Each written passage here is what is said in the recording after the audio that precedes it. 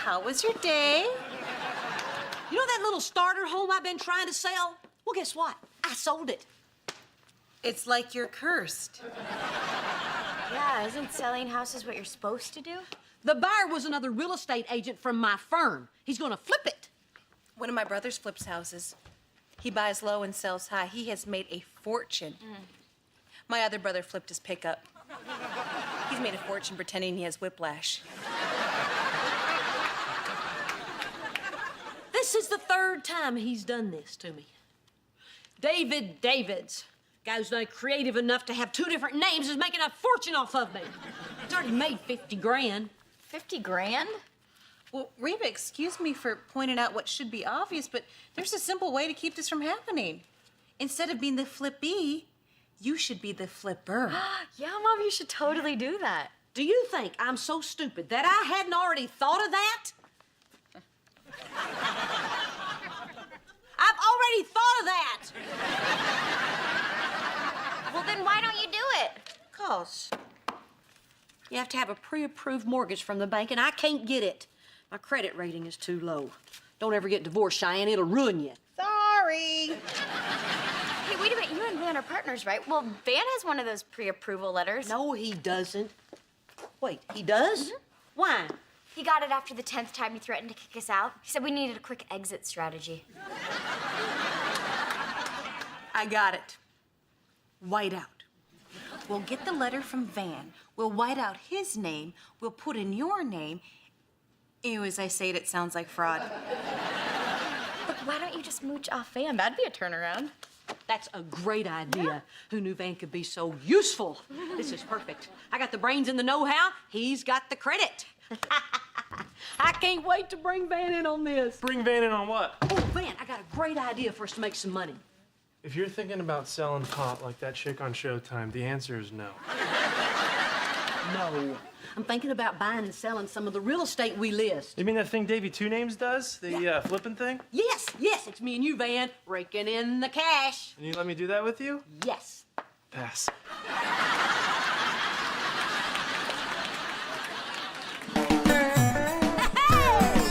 My roots are planted in the past, though my life is changing fast. Who I am is who I wanna be. A single mom who works too hard, who loves her kids and never stops, with gentle hands and the heart of a fighter. I'm a survivor.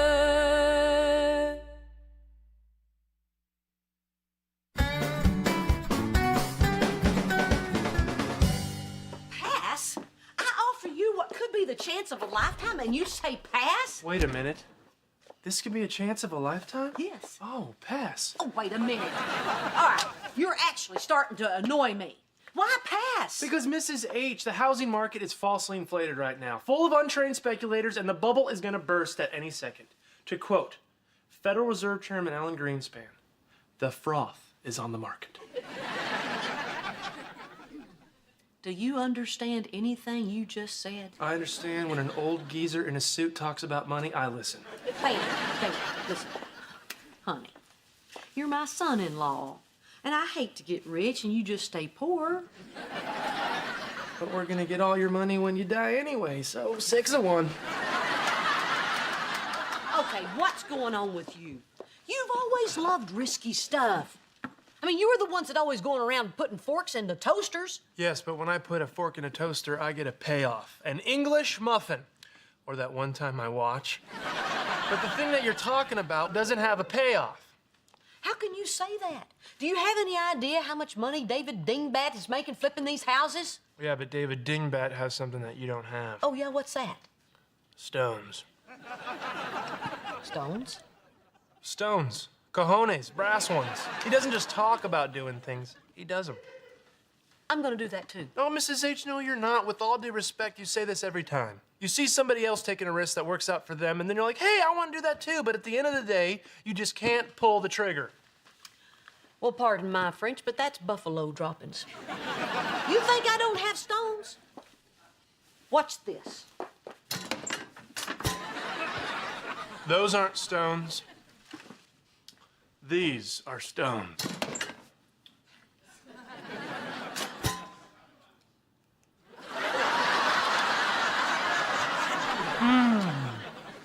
coffee ground with a hint of eggshell. You're wrong about me, Van. And to prove it, I guarantee you that I will buy a house to flip within the week. You're serious, 1 week. 1 week, I promise. All right, deal. 1 week or 7 days, whichever comes first. No problem. I'll get us a house before you can say I wished I hadn't eaten that garbage banana.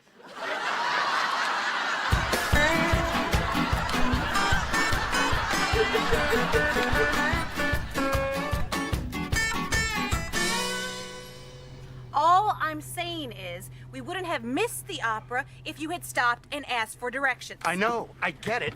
Let it go. I mean, we didn't even have to pull over. We've got this stupid Econo Star. All you have to do is push a button and a person comes on to help you. Watch how easy. Whoa, be careful. Every time you push that thing, it costs like $2 plus tax. It's a total ripoff. Yeah, well, the tickets to the opera cost $65 each, and we missed the show. 65? You told me you won those tickets on a radio show. Oh, get real, Brock. What radio station gives away opera tickets? K-Lame? I bought them because the opera is far away, and I thought we could talk in the car. Well, I can't talk when I'm lost, woman. Well, when can you talk? You never want to talk when you come home from work. Yeah, because I'm a dentist. I talk all day long. My patients have mouths full of equipment. All they can do is blink and go. Yeah, well, I'm home all day with our 3-year-old, and passes as good conversation. I'm just trying to tell you, I need some adult entertainment. You want to rent a dirty movie? No, that is not the answer to everything. I was talking about the opera. Oh, face it, Barbara Jean. No straight man in America wants to go to the opera. Oh, right. You're Mr. Macho. Are you wearing your leopard thong tonight? Hey, I got that as something fun for us. Yeah, well, it's not fun. It's gay. That's it. I don't have to take this anymore. Hey, everybody, Brock Hart wears a leopard thong! Now it's not special.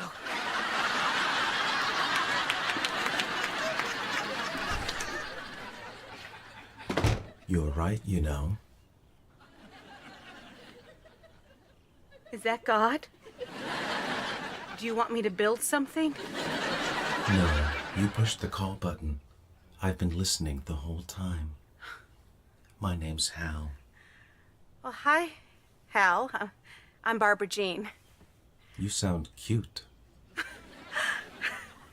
Really? Totally. Oh. I'll talk to you. I'm not a dentist. So tell me about yourself. Well, I was born in a tiny town called Friendly, Texas. My daddy always said that's probably why you're so friendly. Of course, then my older sister, Lori Ann, would always say, well, then she should have been born in annoying Texas. And I just told her, well, I guess that means you were born in butt ugly Texas. I didn't really say that. I just thought of that now. You're funny. Oh, I think so. Hey, honey. Hey, Mom. Did you find a house today? No, why you ask me that? Because this morning you said, today's the day I'm gonna find a house. Well, I lied. Just like I've lied for the last 7 days. Your mama's nothing but a big old red-headed liar. Well, howdy, partner. Your week is up. What do you got for me? Okay. First of all, I want you to know that I put a lot of effort into this. I looked at 50 houses, ran comps on all of them, talked to the neighbors, saw their dogs and their cats. You got nothing, right? Zilch. You're telling me out of 50 houses, you could make money on any of them? Nah, not many. How many? I don't know. 30? I'm sorry, Van. You're right. I got no stones. Stones? Stones, kahunas, brass things. I don't know what's wrong with me. Why do I always look at the glass as half empty? Well, I don't know if it's too late to call the caterer and cancel your pity party, Mrs. H, but your stoneless condition has not stopped us. What are you talking about? I bought a house. You bought a house without me? Well, gee, why is that? I had to move fast. There were 15 other offers on it, and I was the only one willing to take it as is. You bought a house as is? No. We bought a house as is. Now, if you excuse me, I'm gonna go dig through the garbage for something to eat. Brass ones.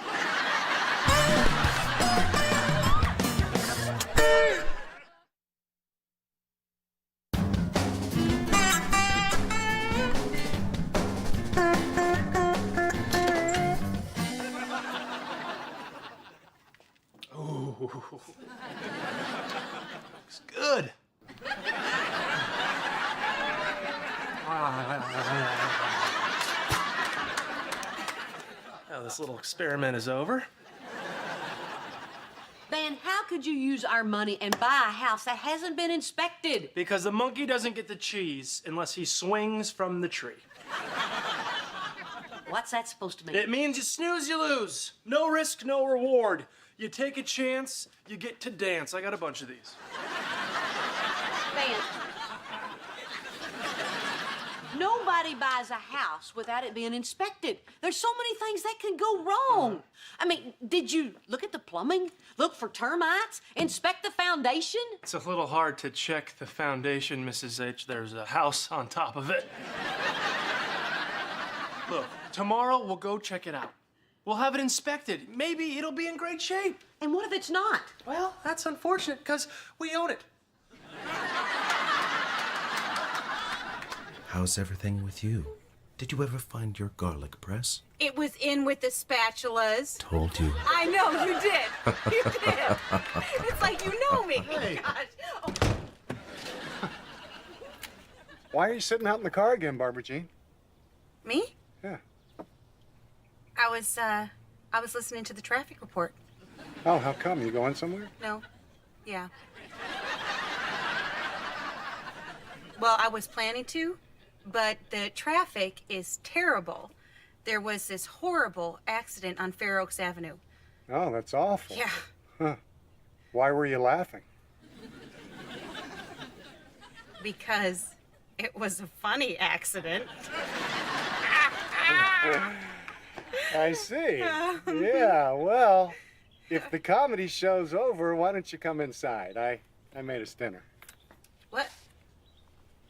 You made me dinner? Well, it's nothing fancy. It's just spaghetti and meatballs for us, a little noodle-roni for Henry. Yeah, I thought maybe we could hang out and talk. You know, like you wanted.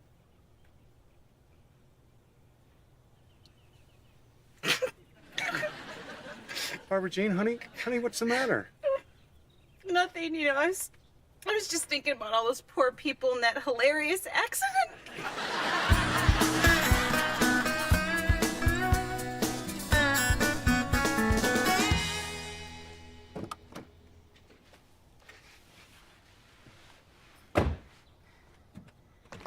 Hal? Well, finally, what happened before? Shh. Don't speak, Hal. Just listen. I don't feel right about this. I mean, I know we've only talked a few times by satellite, but I am married, and I feel like I should be sharing with my husband. This isn't right. I'm gonna have to call it off. Call it off? You're going to throw everything away? Everything we shared? The shortcut to the dry cleaners? The time you locked yourself in the trunk? Yes, those were good times. But I want my good times to be with Brock. He doesn't deserve this. He is a good husband and a good father to my child. And when I'm with him, I never need directions to love. He has the roadmap to my heart. Oh, my Lord, are you crying? Don't cry, Hal. I'm not crying. Oh, Barbara Jean. What are you doing in the back seat? Are you okay? Do I need to call the police? I'm fine, Hal. It's Brock. Were you spying on me? Well, I knew something was going on. You spent less time in my car when we were sneaking around on Reba. Nothing happened. I know it didn't. Yet. Barbara Jean, I love you. And if it takes a man from outer space to make me realize that I haven't been paying enough attention to you, then so be it. Oh. Honey, let's go inside. I'll be right there.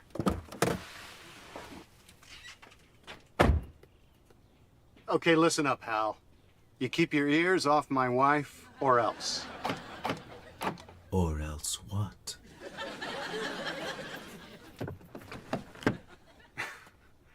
Very funny. Open the car door, Hal. I can't do that, Dave. It's Brock. Open the door. So tell me, Dave, do you get along with your neighbors?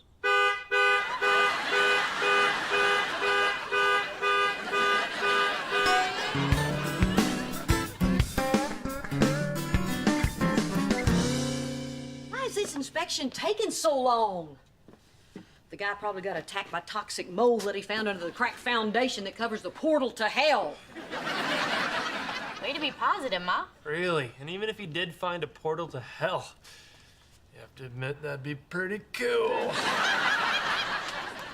I don't know what it is, but I can't shake the feeling that this could be a huge disaster. You say that about everything. Remember when I got pregnant at 17? You totally freaked. Guys, this is very serious. We could be on the verge of taking a huge financial loss on this house. Or we could be on the verge of making a bunch of money. Why are you only looking at what could go wrong? Yeah, this could be our lucky day. Yeah, right.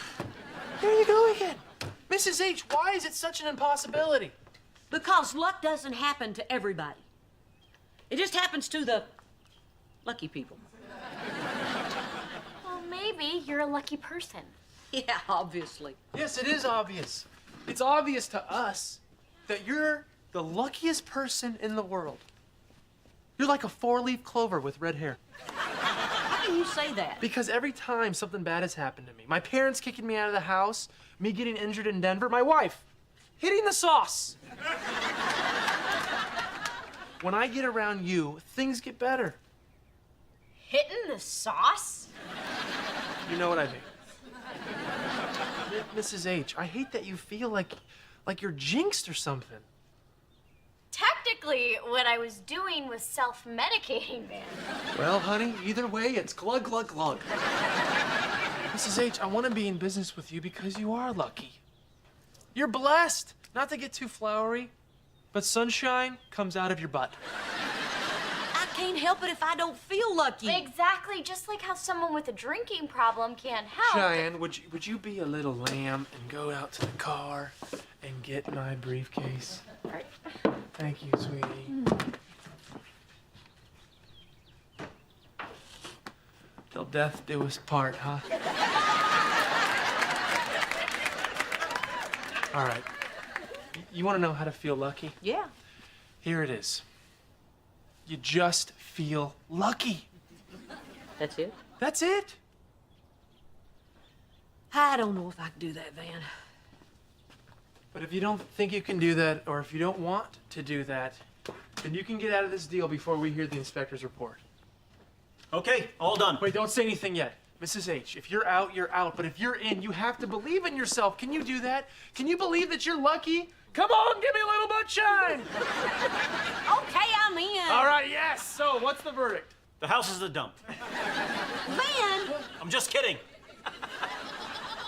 Nobody ever likes that joke. The house is great. You're good to go. Thank you. Van, you hear that? The house is great. We're good to go. How about those brass things, huh? Pretty smart to have this done twice, Van. Twice? What do you mean twice? I inspected the house last week before Van bought it. It's very smart. You don't want to leave it up to luck, right? You already had the house inspected. Oh, yeah, Mrs. H. Not an idiot.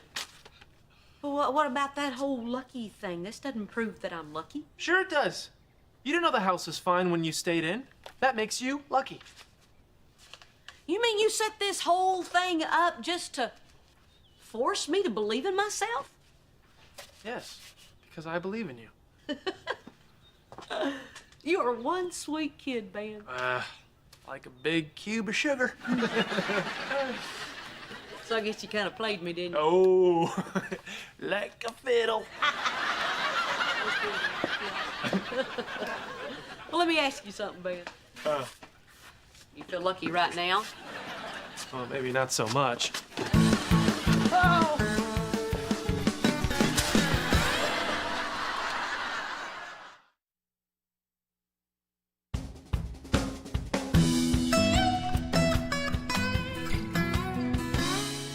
Econo Store, can I help you? Hello? Who is this? I'm Chrissy. Chrissy. Thank God. I've been locked in my car for hours. Can you get me out? Sure. Just one question. Are you the guy that gave Hal a hard time? No? Liar.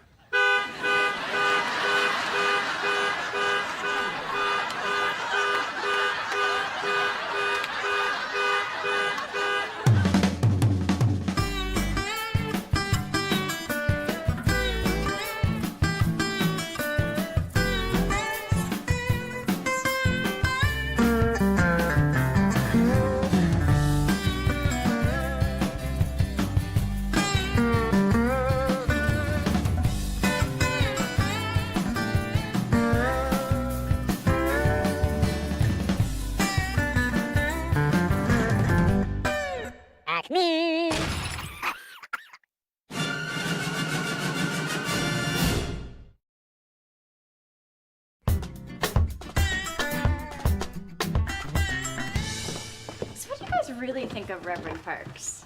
Smoking hot. Barbara Jean, he's a man of God. I got 2 words for you, Reba. Thorn birds. He is kind of cute. Yeah. Hey, when a man's behind the pulpit, I don't think about those kind of things. But now, if he was a construction worker, I'd be all over that. yeah. Hey, kids, you got your church clothes on. Those clothes are for praying, not for playing. Come on. Hi, baby. Run! Run! Come on, baby! Run! Run! Run! Yes! Touchdown! Van. Hey! We're back. How was church? Fine. How was Cindy? Awesome. Hey, Elizabeth, that's a pretty dress. Yeah, and she only pulled it over her head 3 times. Come on, Elizabeth, let's go get washed up for lunch. Come on, honey. Come on, Chug. Van, Ah, we have a problem. I know. The Texans got no running game. Show him. Elizabeth drew this picture today at Sunday school. It's her family at church. Notice something missing, Van? Perspective and subtle shading.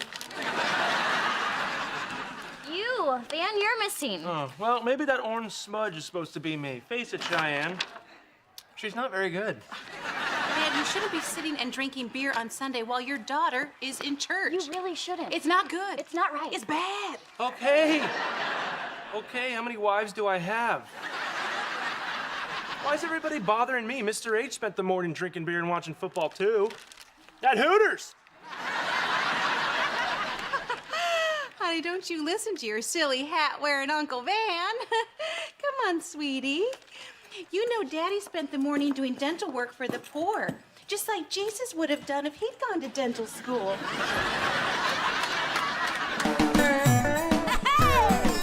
My roots are planted in the past, though my life is changing fast. Who I am is who I wanna be. A single mom who works too hard, who loves her kids and never stops, with gentle hands and the heart of a fighter. I'm a survivor.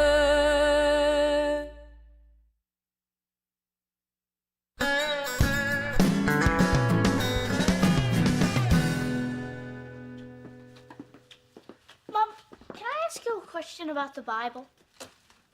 Sure, honey. Can a brother and sister marry?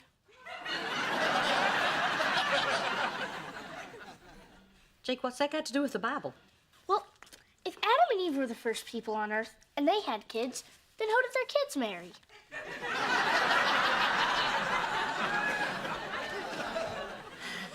Jake, why don't we leave that question for your Sunday school teacher, okay? Okay. But if she didn't know this week, I don't know why she'd know next week.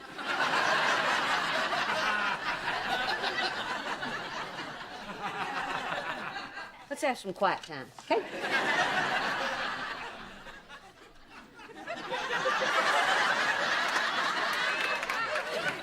Okay, Van.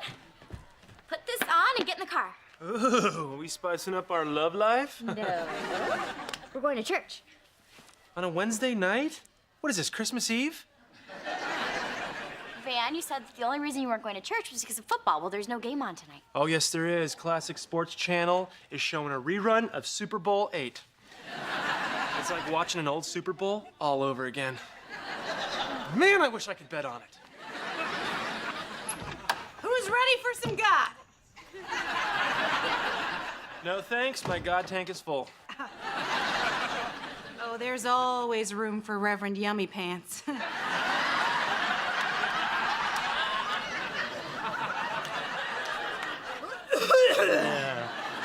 Mr. H, good, a man. Explain to them why football is better than church. Well, I would, Van, but as a matter of fact, I am going to church tonight, thanks to you. And Wednesdays are endless hot wings at Hooters. Hey, I had a bunch of women squawking at me. I needed them to get mad at someone else. Yeah, well, I get that.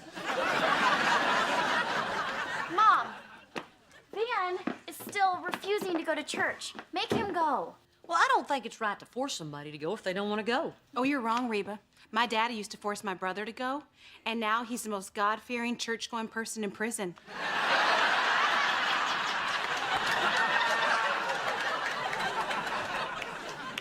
I can't believe that you're sticking up for them. Honey, the Bible teaches us to be tolerant of others. But that's only for people who think the same way we do. Well, Van doesn't want to go, and Brock can't go. Holy water burns. I agree with Reba, even though she's being mean to me. You're going, Brock. I'm your wife now, not Reba. If you didn't want to be forced to go to church, you should have stayed with her. Man, I knew that'd come back to haunt me.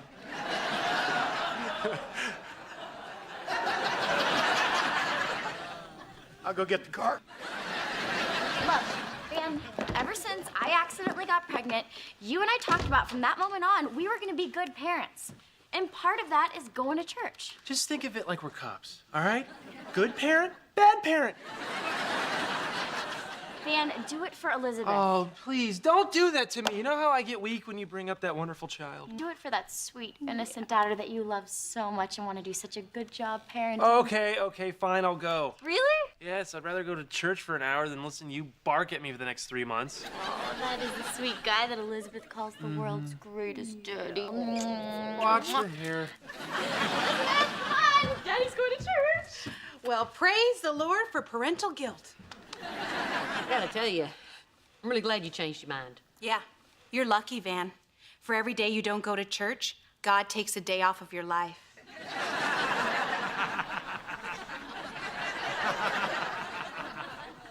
I think you're thinking about cigarettes.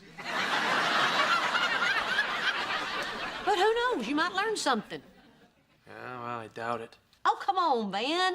It's just a couple of hours, and you'll be doing a good thing. Look, I said I'll go. I don't have to be happy about it. Van, what is it about going to church that's so bad? You don't want to know. Yeah, I do. Well, I don't want to tell you. Why not? Because I don't believe in God. He's just joking.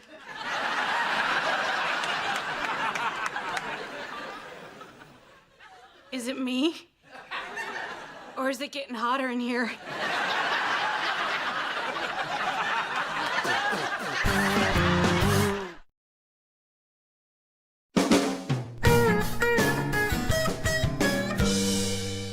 Van, we need to talk. I've already said what I have to say. Good, because when I said we talk, I meant you listen. Look, Van, there's two things you can always believe in. One is God, and the other thing is, if you ever say anything like that again, I will put you in the ground. I knew it. I knew you wouldn't be able to accept this. Of course I can't accept this. Van, if you don't believe, why do you watch Davy and Goliath every Saturday morning? Because it's funny. Especially when he says, "Oh, gee, Davy." Stop it. You will not be joking around about this. This is a God-fearing house, so start fearing. Mrs. H, you cannot tell me how to think. They're my thoughts, and I might not have them often, but I know I'm allowed to have them. We're talking about my soul here, not yours. Yeah, but your soul lives in my house, and I don't want it to get struck by lightning. A minute ago, you were all acceptance and tolerance. You're only tolerant if I think the same way you do. You're acting just like Barbara Jean said. You're comparing me to Barbara Jean. Oh, you are tempting fate, buddy.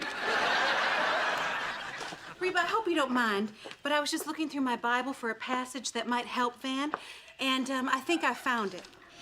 Van, if you look here at Matthew 12, verse 3, Jesus says unto his disciples, What is wrong with you, boy? Huh? You want to spend eternity in a fiery damnation? Knock it off! Streets of gold or lakes of fire, your choice, man. Barbara Jean, stop it. That won't get anybody to believe by hitting them with the Bible. well, that's how my daddy did it.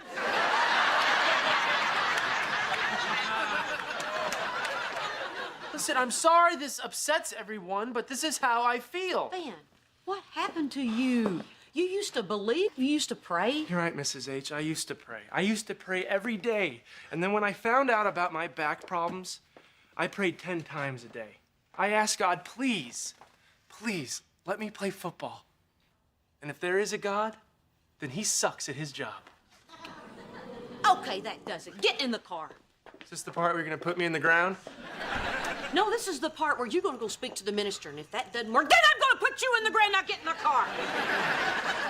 It is definitely getting hotter in here. Get in the car!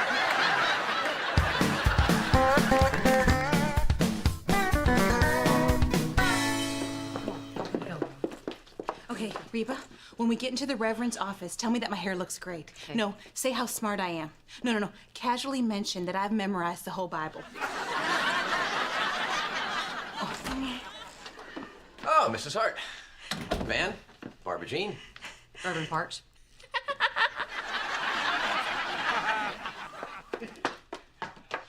I should really make sure she's okay. Let's go.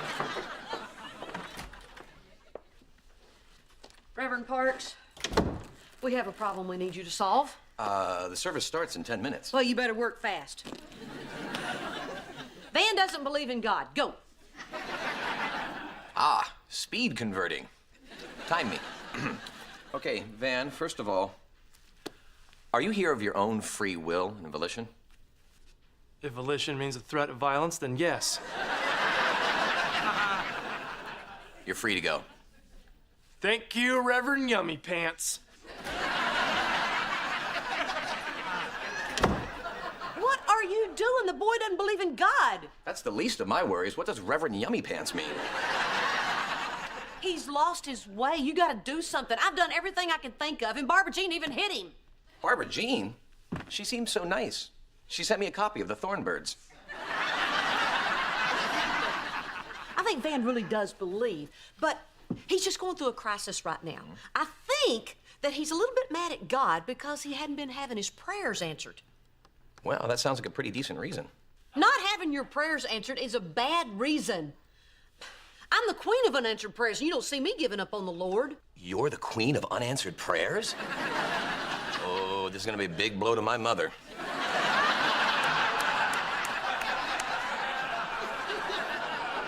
Would you stop it? I'm here for guidance. Oh, you're here for guidance. Now we're talking. I don't mean for me, I mean for Van. He's the one with the doubts.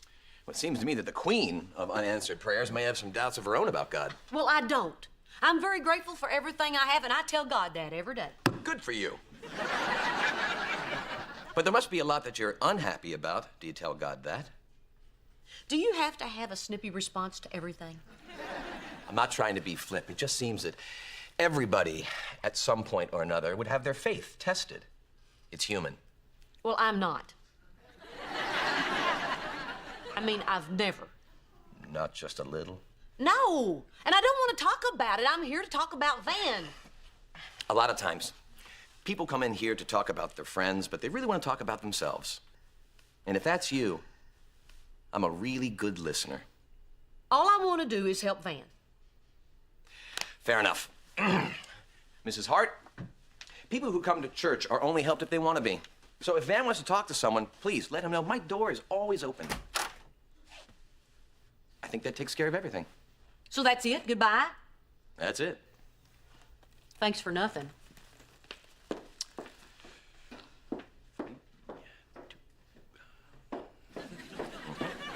You know, you're really ticking me off. I don't know if you went to seminary school or just took an improv class down at the comedy club. And your point is? Yes, I've had my doubts. Happy? I was a wife and a mother. Then my husband left me for his pregnant assistant. Then my daughter got pregnant too. And then she came and told me that she was going to marry her teenage boyfriend. I didn't know. I knew what my life was. And then one day it all vanished. I prayed and I prayed and I prayed. And then one day I just stopped. Why don't you tell Van this? Because I'm ashamed that I felt that way. Reba, calm down. God is a big boy. He can handle it when people react normally, when life roughs them up a little bit. But I can't tell Van to believe in him, and neither can you. But you can tell him that you know someone who's felt the same way. Well, Reverend Yummy Pants. You're beginning to sound a little bit like a minister. Well, I do impressions. Can I ask you one more question? Of course you can. Can a brother and a sister marry?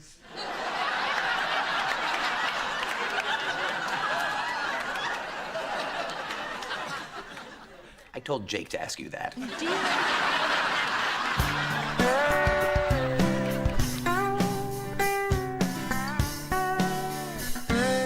I still don't understand. How did Van get a letter from the minister excusing him from church? God works in mysterious ways, Cheyenne. Well, you're gonna start going after football season ends, right? Well, let's just see how preseason hockey goes. Bye, Elizabeth.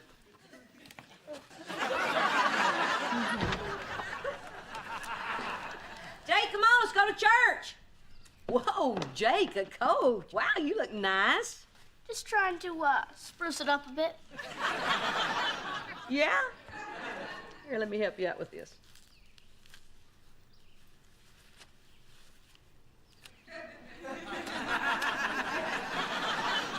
You're not taking a Game Boy to church. I'm supposed to bring it to the church for the blessing of the Game Boys. Do you think I make this stuff up? Okay, but you're gonna leave it in the car when we get there. Fine. But I'm playing it in my head.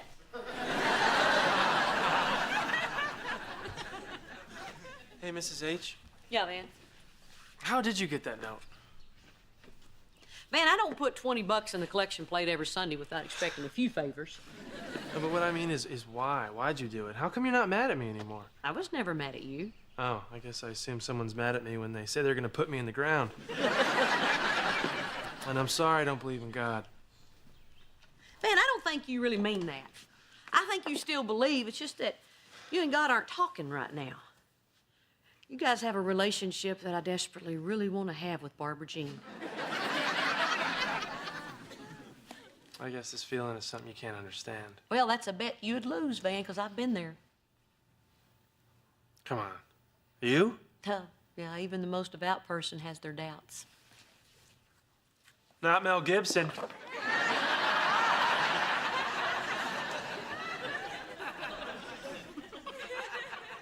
Yes, Van, even Mel Gibson. But you know what I learned through all this? I learned that God waits on us. He waited for me when I was mad at him.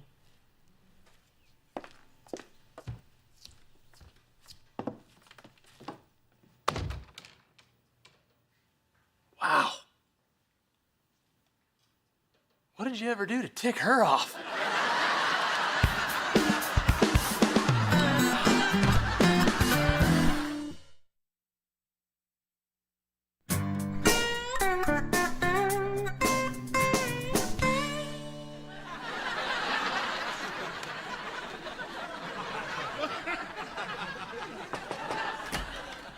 Reverend Park? Oh, Barbara Jean, hi. Please, come on in. Oh, such a gentleman. Well, Reverend, I just wanted to thank you for all your hard work here at the church, so I baked you a pie. Oh. Oh, look at that. You cut out little birds in the crust. What are they, mockingbirds? Thorn birds.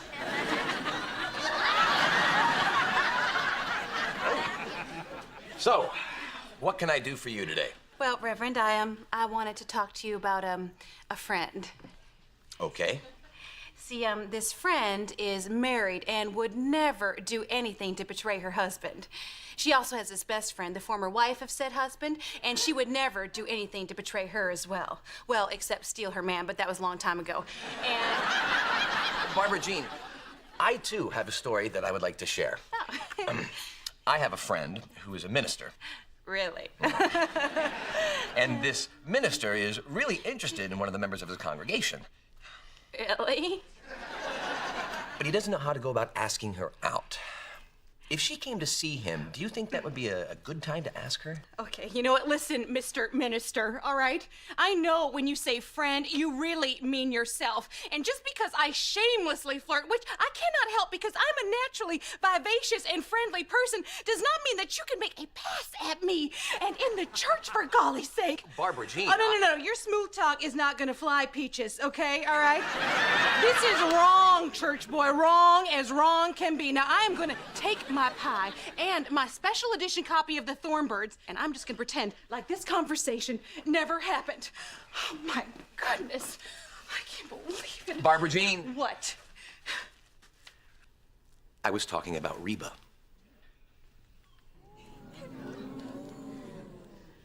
Huh. Of course you were. You have to say that because I'm taken. See you Sunday.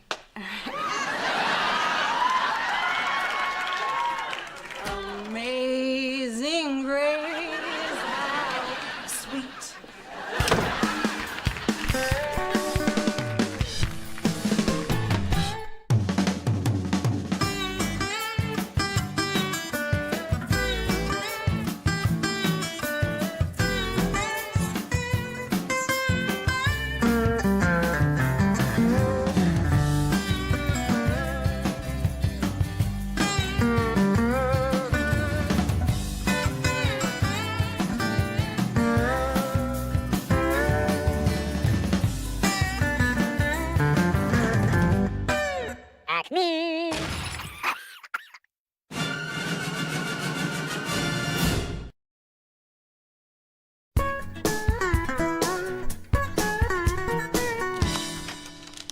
Hey, Barbara Jean.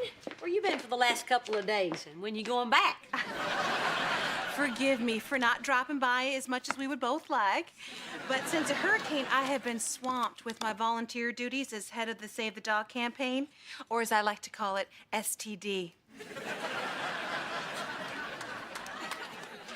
So how's your little foster puppy working out? Oh, great. He's so cute. Jake's been playing with him all morning, and Van's so jealous that he put bacon fat behind his ear. That's how I got Brock. Listen, we got a problem. What's up? The dog's family saw the picture I put online, and after the hurricane, they were bused here to Houston, so they're gonna be here in about 10 minutes.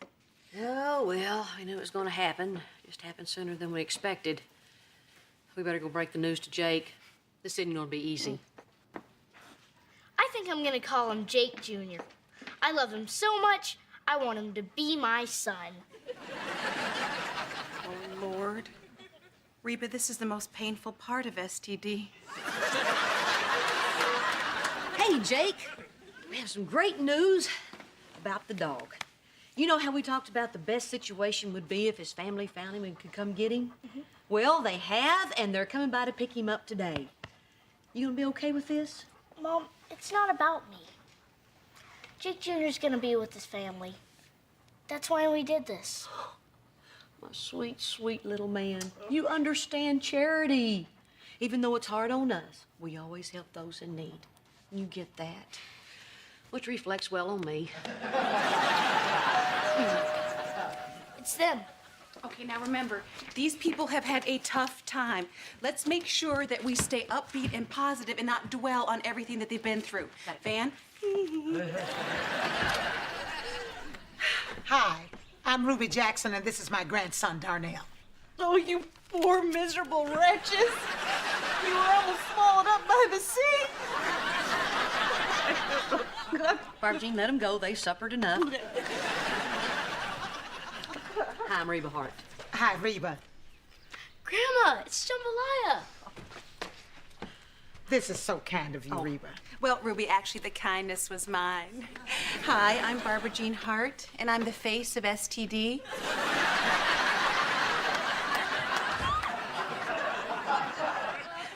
Well, thank you all for taking care of our dog. Well, we were very happy to, and we're very glad that Jambalaya gets to go home with his family. Well, unfortunately, he's not. We're staying down at the shelter, and they don't take pets. But a kennel has volunteered to take him. A kennel? You mean doggy jail? No, a shelter like the one that we're living in, except for dogs. But thank you for pointing out the similarities to jail. Come on, baby. We got to get back to the shelter now. Okay, you know what? We have plenty of room. Why don't y'all just stay here with us, all of you? Oh, no, Reba, that's asking too much. No, it's not. Really. Really, we can make room. Stay with us. Don't go back down there to that shelter. Yeah, it's horrible and cold and full of homeless people. Does she live here? No. Then we'll stay.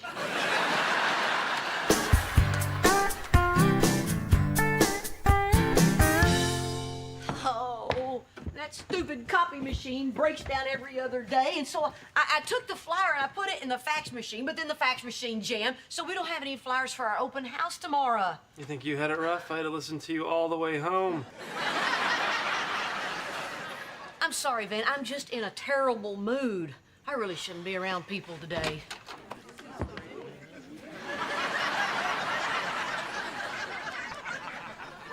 Mrs. H, do you see him too?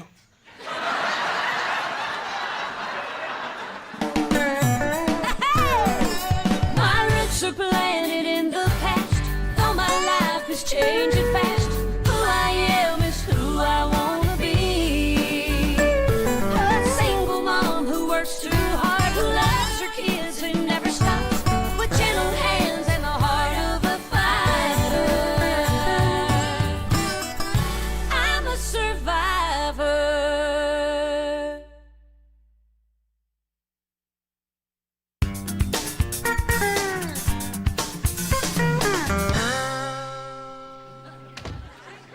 Hey, black people. Oh, Ruby girl, you so crazy. Yo, Reeves, man. So, Hey, Barbara Jean. What is going on here? a miracle.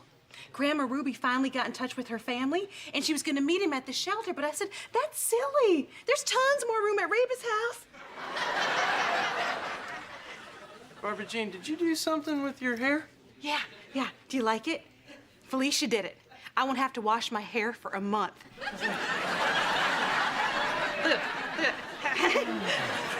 Something smells great, and I'm hungry. What an awesome convergence of circumstances. I feel you, V. There's food in the kitchen, know what I'm saying? No, I don't. I do. Word. Barbara, I don't have enough room here for all these people. First off, they're called my peeps. And they're only here for dinner, so chill, girlfriend. I love that. Barbara Jean, you're the whitest person in Texas. Stop talking like that. Oh, no, she didn't. Well, everybody make yourself at home.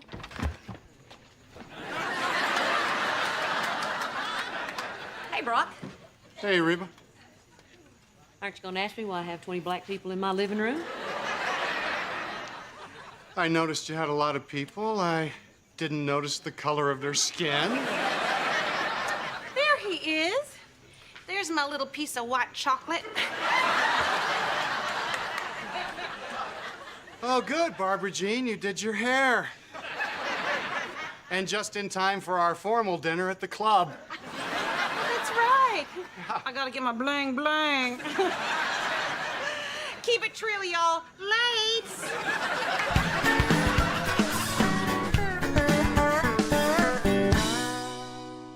Oh, I totally know what you guys must be going through. I have been through some really hard stuff myself. First, I got pregnant in high school. And on top of that, I got myself a drinking problem. You know, but I guess every family has problems like that.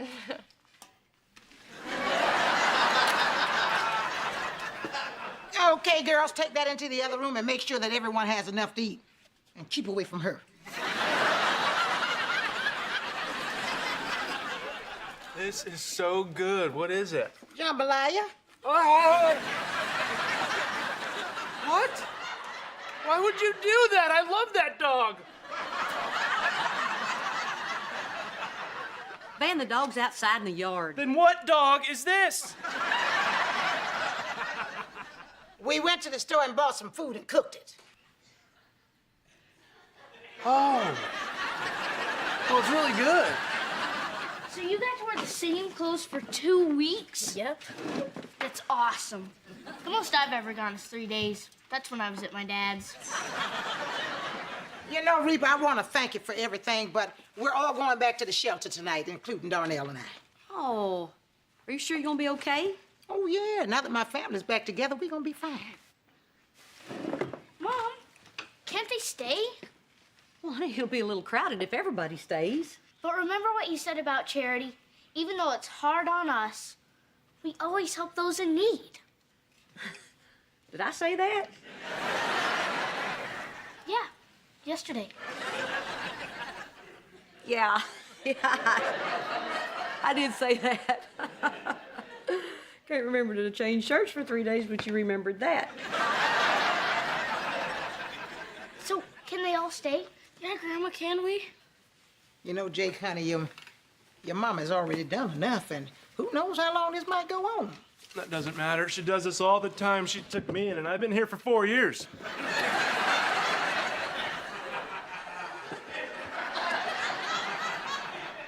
So, Mom, can they stay? Please, please, please. Please. Please, with jambalaya on top. What am I gonna say? No? Can I say no? Of course they can. Yeah, this is gonna be great. Hey, wouldn't it be fun if your family stayed here for 4 years?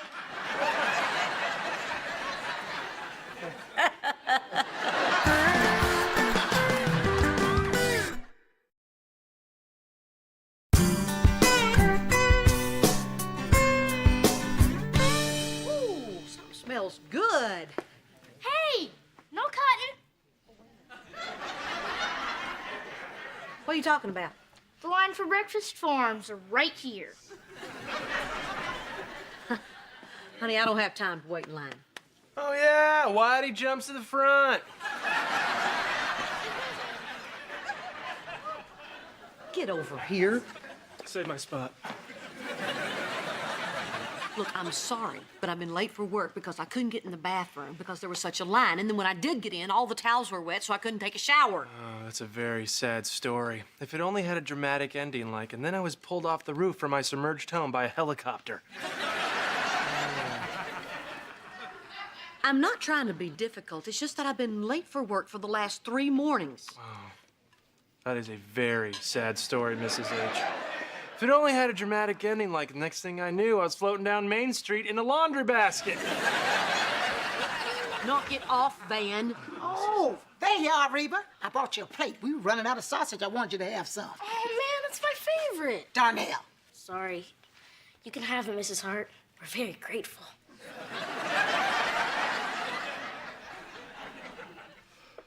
Yeah, well, thanks, Ruby, but I'll just get a bagel on the way to work. Thanks. Dibs! Hey! Shut up, Darnell. Ruby, this is so delicious. You can practically taste the South and the Cajun influence. What do you call them? Egos. That is so cute. Here we call them waffles.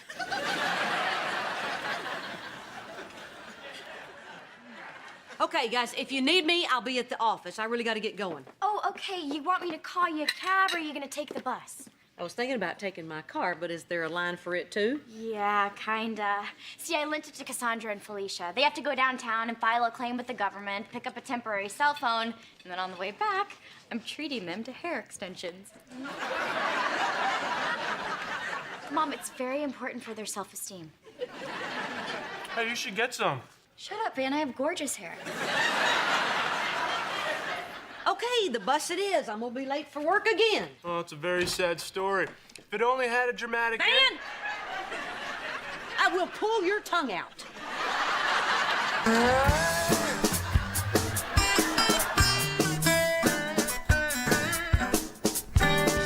Oh. Dog food is so gross. I know. It's like you cooked it.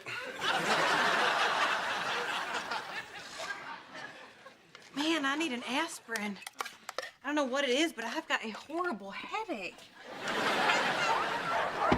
Get back! Get down! Look, there's a cat!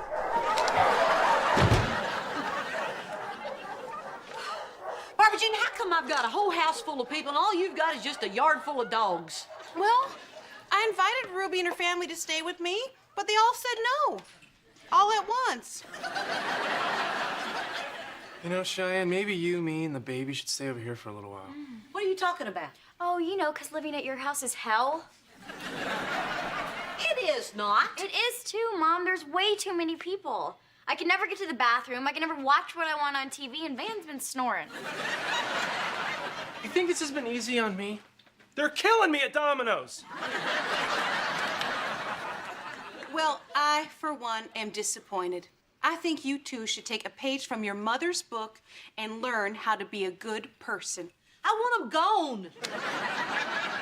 What? I can't help it. I've got people everywhere in my house, and they're all thanking me. And the whole time I'm thinking to myself, you're welcome. Now get out. I see. Is it because we're black?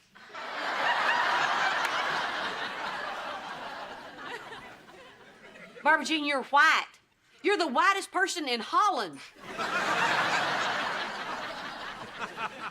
You know, this charity thing is so much harder when you have to live it. I mean, why can't I just write a check and go on about my business? Because you don't have any money, Mom. Just kick them out of the house, Mrs. H. I can't do that, not after everything they've been through. Well, then do something that'll make them want to leave. Play that country music you like so much.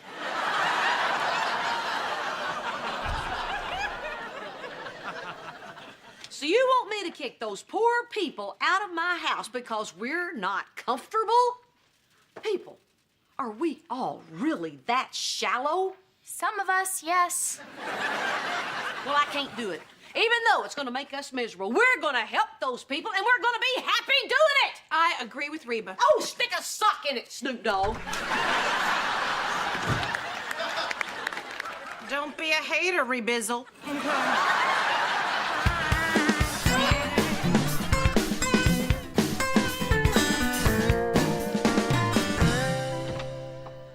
Hey, Ruby. Oh, hey, Reba. Wow, you forget how big this place is until you see it empty. I know. Send everybody down to the park so the kids can play. Oh, that's a nice idea. Nice ain't got nothing to do with it. They were driving me nuts. You know, Reba, ever since that hurricane, all I've heard is noise. Every day, all day, just noise. Do you know what that's like? Have you met Barbara Jean? Yeah, that whole new wife hanging around all the time situation. Is that a white thing or are you just crazy? I guess I'm just crazy. Well, if you wasn't, you wouldn't have 18 strangers moving in on you. So I thank God that all your screws aren't tight, Reba. Hey, Ruby, we need to talk. This is what you miss. What? Just picture your family. Now, it might sound crazy, but it's not the house or the furniture, all that big stuff that you miss. It's the pictures. That little old jewelry box that Donnell made me out of tongue depressors. Well, that and my lazy boy recliner. Yeah, I know what you mean. Jake once made me a pot holder made out of paper towels. Bet you saved it. No, it burst into flames. What you want to talk to me about, Reba? Ah, nothing, I'm fine. Reba, you got 18 people living in your house and there's nothing you need to talk to me about? Okay, I'm not fine. I'm losing my mind. I should be happy doing this. I should have joy in my heart, but I'm miserable. Of course you are. Girl, if Uncle Tyrone leaves one more wet towel in a ball on the floor, I'm gonna slap the black off of myself.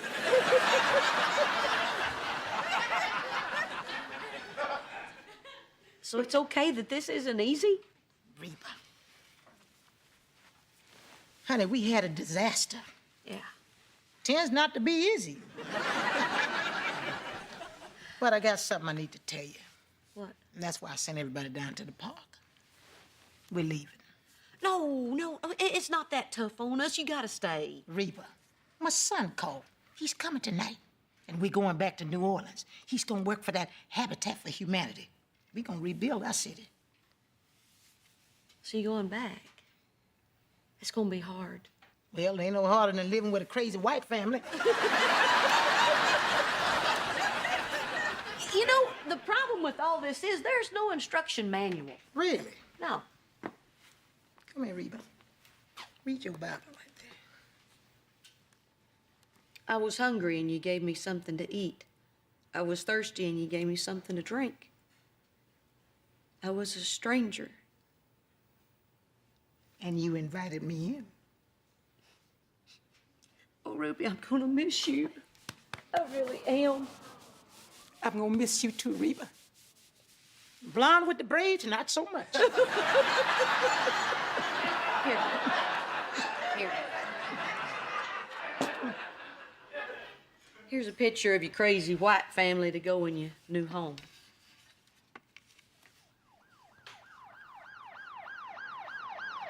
Well, I'm guessing that your neighbors have noticed the 18 black people down at the park.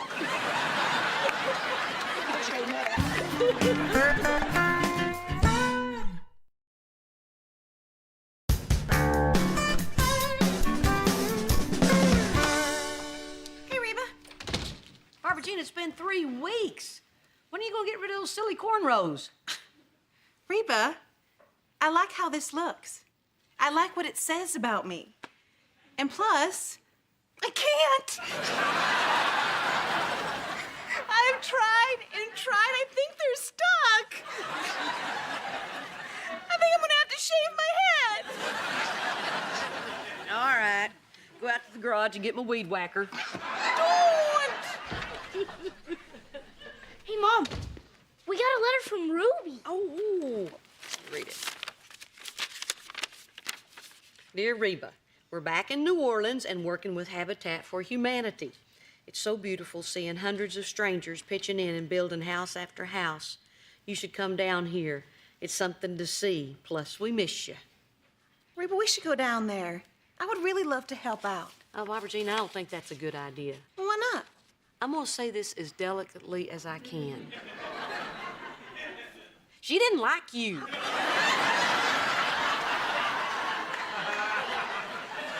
But if you do come down, please be sure to bring Barbara Jean with you. See? I've told all these people about her and no one believes me.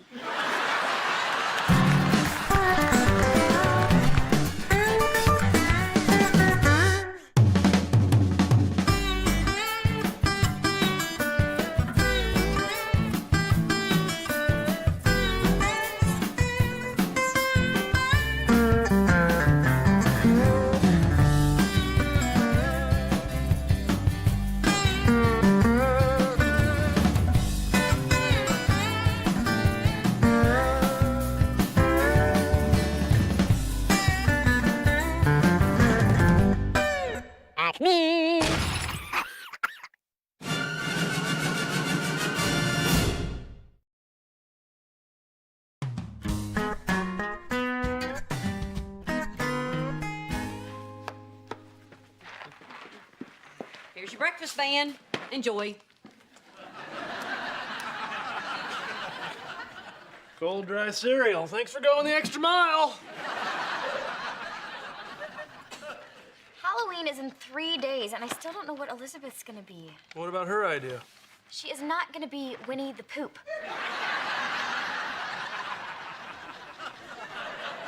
Van, what are you doing? I'm trying to get to the prize. If I use my hands, it'll be unsanitary.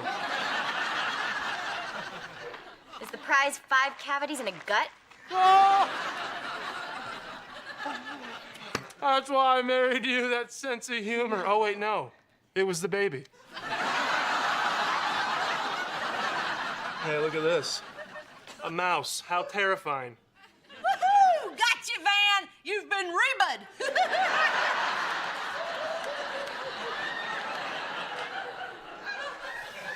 Gee, the whole mouse in the cereal bit, Mom. What's that, like 4 years in a row? 4 terrifying years in a row. Here, Cheyenne, take this from me, would you please? Hurry, quick, quick. Oh.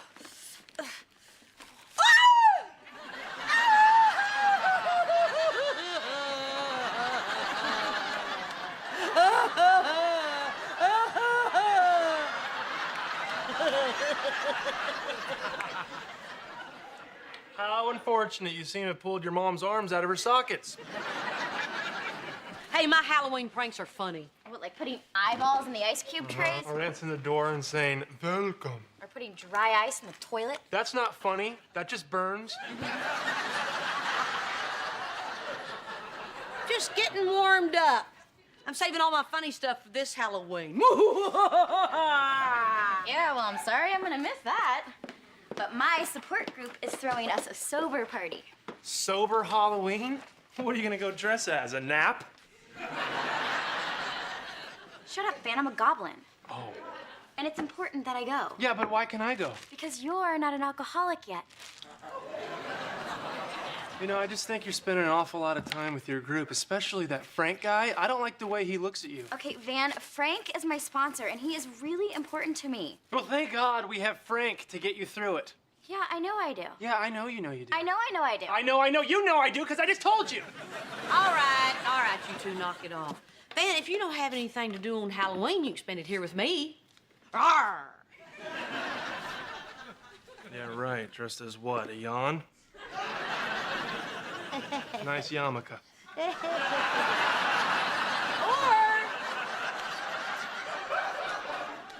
you can wear what you have on and go as a jackass.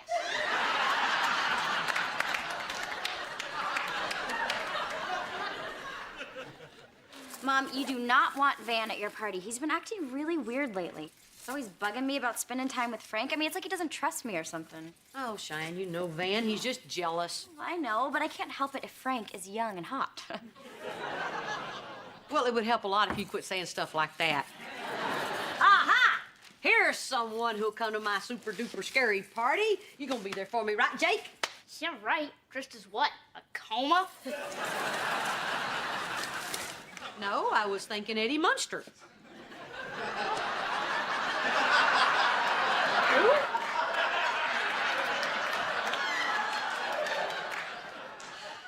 Mom, I'm not a kid anymore. Me and my friends want to go over to Nick's and make omelets. Omelets? Yeah. Oh, and you need to buy me 3 dozen eggs.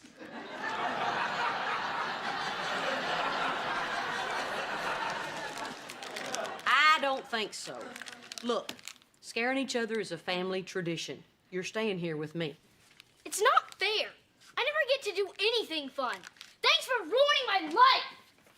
You're welcome.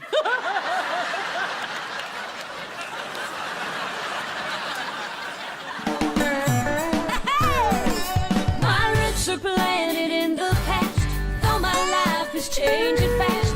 Who I am is who I wanna be. A single mom who works too hard, who loves her kids and never stops, with gentle hands and the heart of a fighter. I'm a survivor.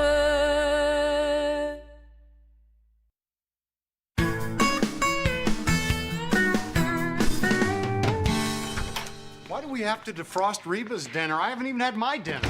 Because she called and said she was working late and needed our help.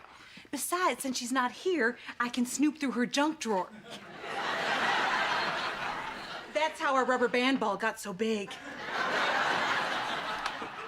Did she say what she's having for dinner? Chicken.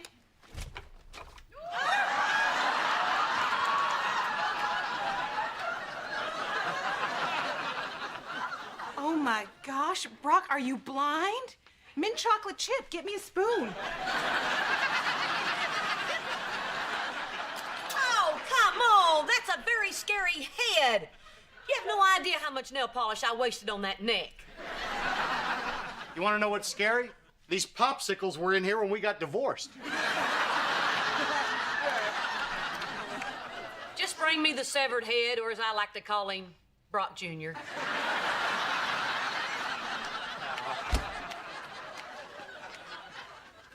Face it, Reba, Halloween is a thing of the past.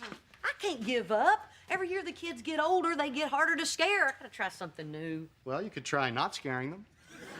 Brock, this is a family tradition. My mama scared me, her mama scared her, my great-grandmama scared the whole village. Till they burned her at the stake. Oh, just let it go, Reba. Come on, the kids are older now. I can't let this end with me. If I don't get Jake into it this year, the family tradition could die. Come on, guys, help me out. You're the scariest people I know. I want nothing to do with it. Halloween is evil. Now, I know you're gonna make fun of me, but I know what I know. And there is no trick-or-treating in the Bible. Halloween isn't about evil, it's about fun. Oh, no, she hands out religious pamphlets instead of Halloween candy. That's why our house has been egged the last 5 years. 2 of those years could have been me. Well, I would rather have an eggy door and a clean soul than the other way around. Are you saying I should just let Halloween go? You know who didn't let it go? No. The Druids. And where are they now? Florida?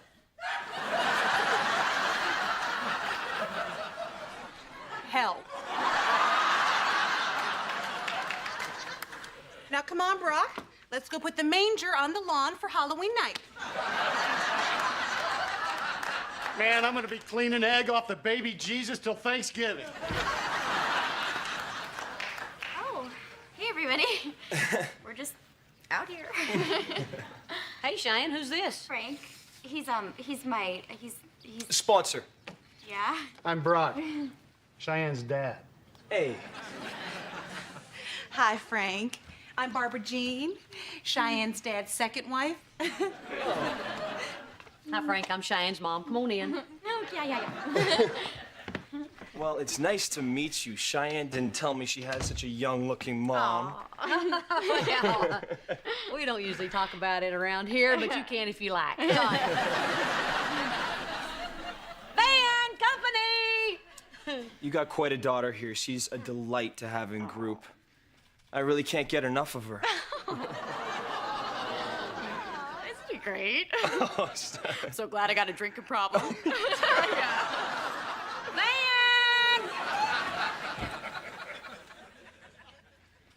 Oh, it's Frank. Hey, Frank. What's up, Frank?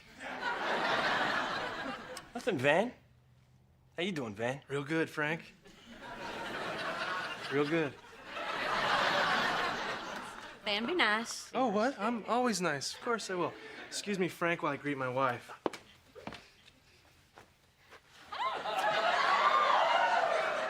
Van!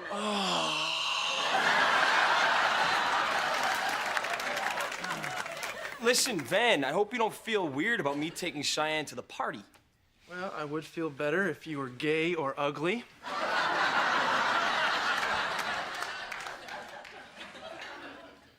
Are you gay? And my girlfriend didn't like these parties either. Oh, you have a girlfriend? No, not anymore. We broke up after I got sober. We didn't have anything in common. I guess we just grew apart. Aw, you're so sensitive. Are you sure you're not gay?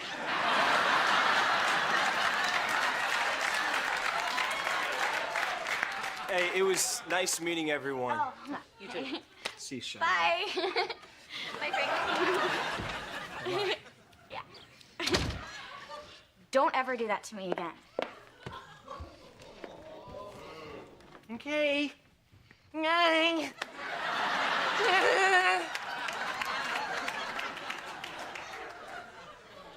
is there something you want to talk to us about? No. Why would I want to talk about my wife having an affair? Why is it frozen?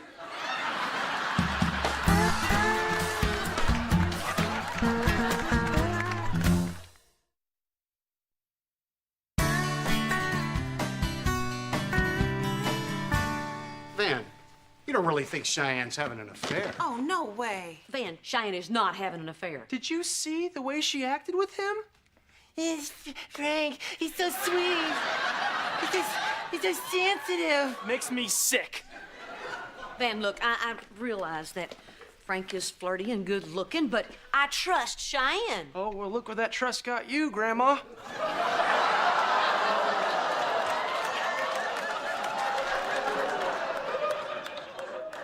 Don't you think I would know if someone was cheating in my house?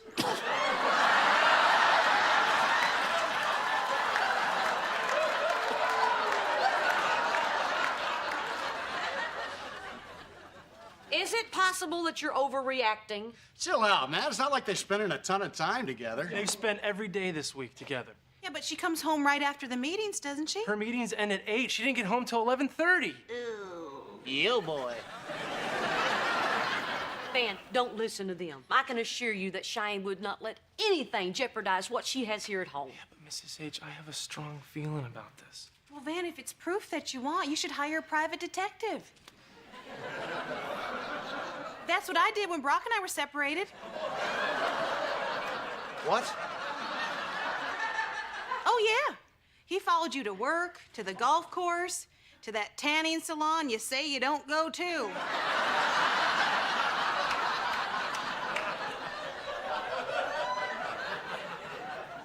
Tell you what, though. If there is something going on between them, I'm gonna kill Frank. She's totally cheating. Plain as day. What? Oh, Reba, this has all the hallmarks of an affair. Yeah, it happens all the time when someone gets sober. They're hanging around with someone they can trust. She's vulnerable. And did you see that guy? Oh, I don't know. I trust her. She's a good girl. I was a good girl.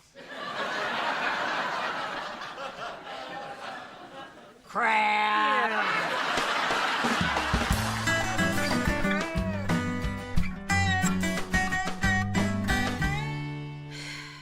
I don't know. I trust Cheyenne. It does look a little suspicious. What do you think? All right, Mom. Van's walking me to Nick's house. Yeah, we just have to stop by the store first. Okay, Van, I don't want you buying him any eggs. Don't worry, Mrs. H. Apparently some of the boys sprouted some chin hair and they need 12 cans of shaving cream. Just take him to Nick's. Hey, Barbara Jean. Hey, Mr. H. Happy Halloween. Oh, no, it is not. Where's Henry? Didn't you bring him to trick or treat? Oh, no, we dropped him off at the church party. Everyone goes dressed as a figure from the Bible. Henry went as Charlton Heston. Hey, I should have brought him over here so he could part your red hair.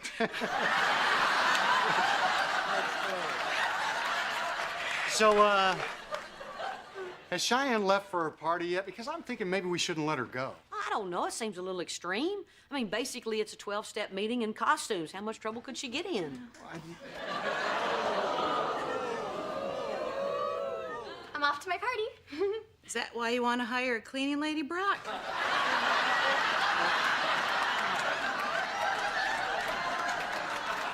Cheyenne, don't you think this costume is a little bit, little?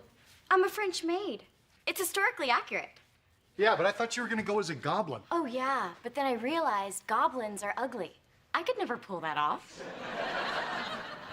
Honey, I'm just saying I don't think it's appropriate for you to go to a party dressed like that without your husband. Well, it's too late because Frank is going as Lord of the Manor. It's like he's my boss. Oh, that's Frank now. Coming, monsieur. Oh, I love Halloween. Don't wait up for me. Something tells me the Lord of the Manor's getting his pillows fluffed tonight. Stop it. I told you she's a good girl. I was a good girl. Crap. Hey. Look, Cheyenne dropped this. What is it? Pruitt Hotel and Suites. Pruitt, isn't that pretty sleazy? Oh, no. What if they got a room? I'll call Joe, the night manager.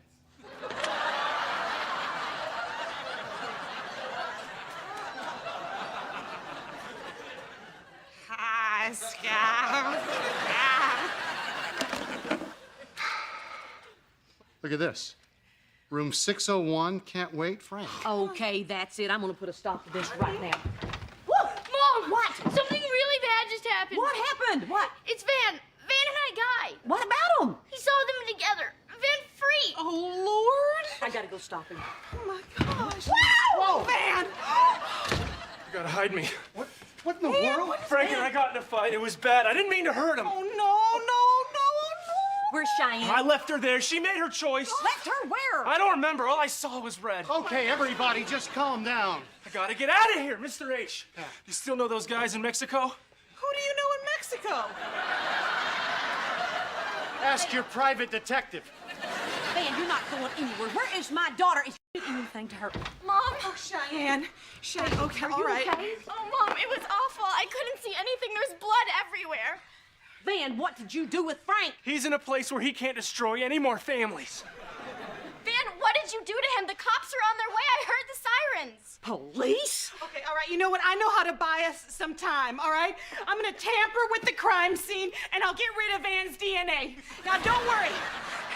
I watch all of the CSIs. Barbara Jean, don't... Tell me where you hid him. If you do not tell me where Frank is, I'm gonna tell the cops where you're hiding. You want to know where he is? Yeah. Fine, I put him in the trunk. You monster! Van, he could suffocate in there. I wouldn't worry about that now. What have you done? Oh, I gotta go help him. Go ahead, yeah.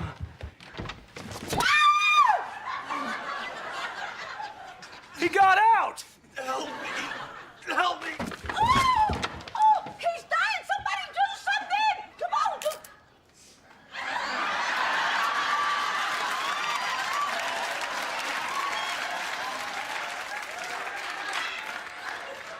What are you doing? Happy Halloween, Mom. You've been Jake.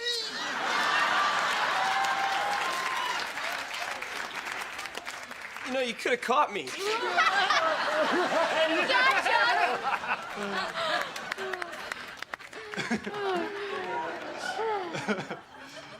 Mom? Reba? How dare you? Uh-oh, here comes the real blood. You made me feel ridiculous for doing all of my Halloween pranks so you could pull this off? And all of you were in it! Lying, scheming, plotting behind my back. Okay, Reba, just calm down. Come on, it's only a joke. Just a joke? Are you kidding? I almost had a heart attack! And it was awesome!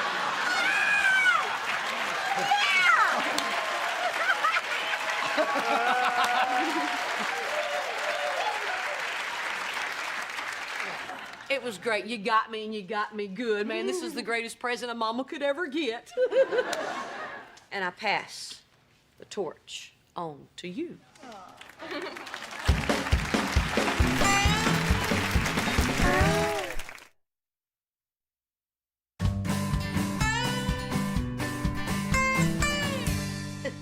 And you were phenomenal. Shine, where'd you find this guy? Oh, he's an actor. I met him at my meeting. The place is full of them.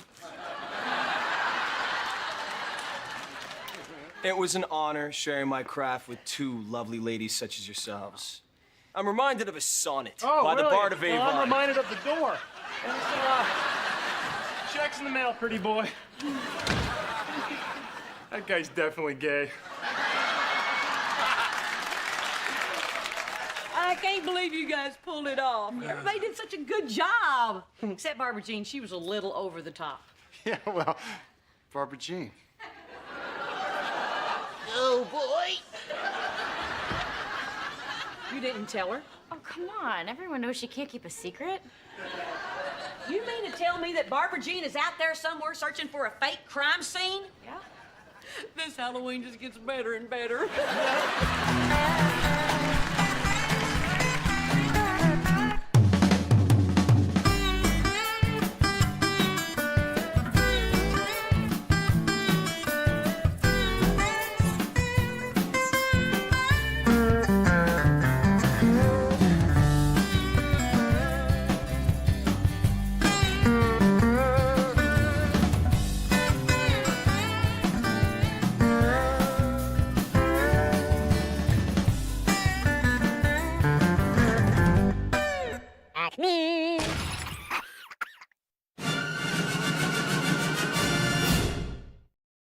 Barbara Jean may have a list of faults, but she is faithful. Up until now, Brock insisted. Now that she is thin and hot, she has all kinds of options. The situation reached a crescendo at the gym. Reba, feeling the weight of Brock's paranoia and her own curiosity, walked into the facility. The environment was filled with high energy, clanking weights, and people pushing their physical limits. She spotted Barbara Jean and Jordan. She watched from the sidelines as they stretched. Jordan was guiding Barbara Jean, his movements professional but close. The stretching was intense, and Reba, unfamiliar with the modern language of fitness, found it confusing and overwhelming. She saw the way they interacted and misinterpreted the closeness of the training for something intimate.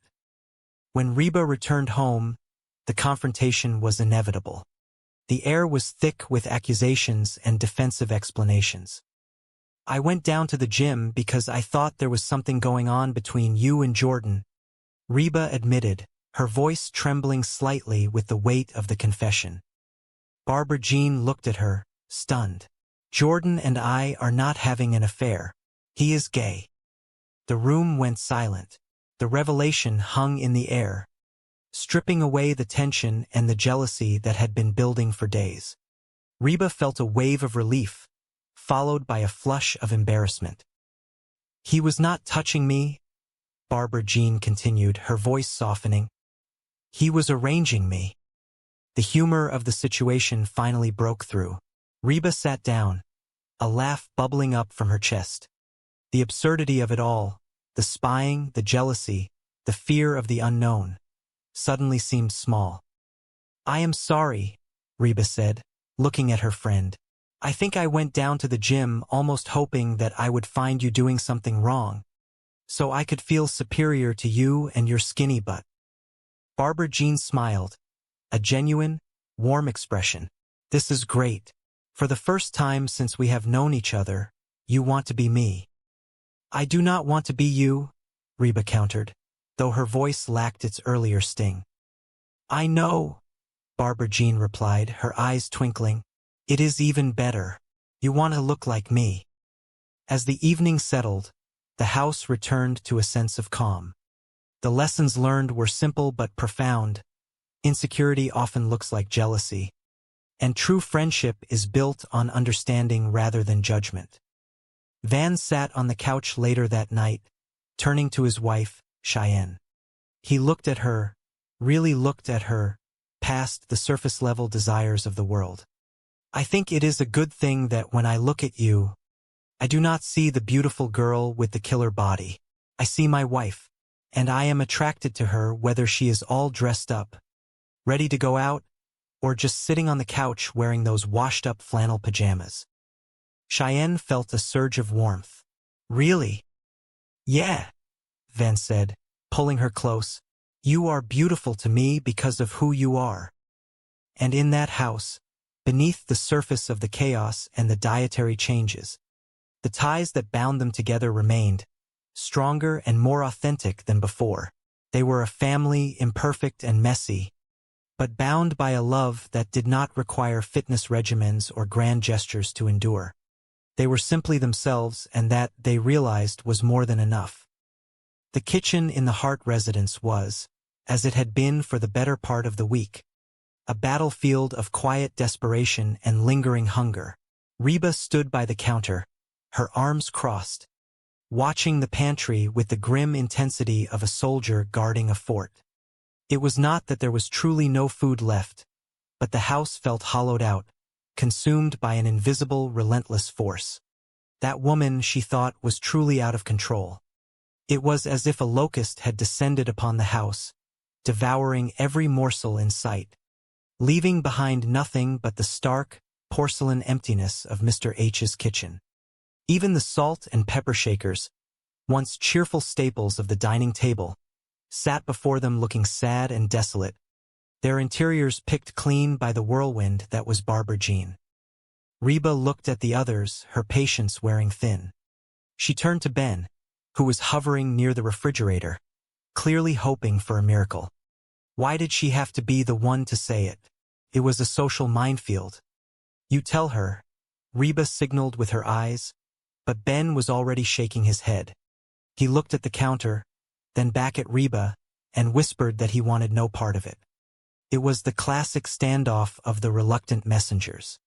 They decided to leave it to chance, playing the age-old game of rock, paper, scissors to determine who would be the bearer of the awkward news.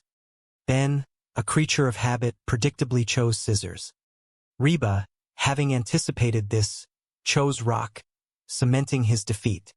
It was a system, he claimed, but it was a system that left him standing there, defeated, while Reba sighed in resignation.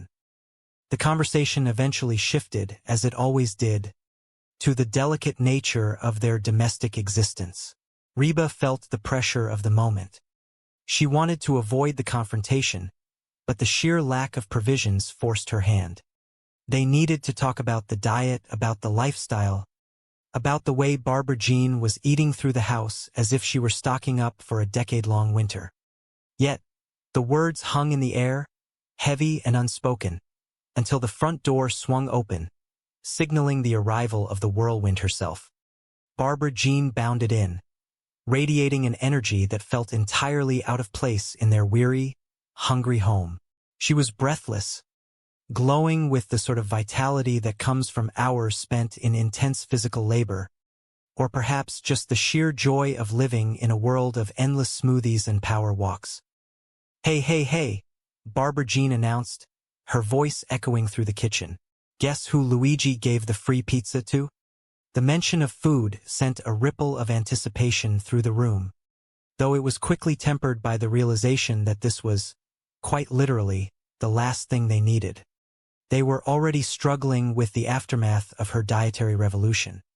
Reba took a deep breath, trying to summon the courage to be the voice of reason. She tried to explain that they did not need another pizza, that the three of them were quite capable of surviving without it. But Barbara Jean was already dismissing the concern with a wave of her hand.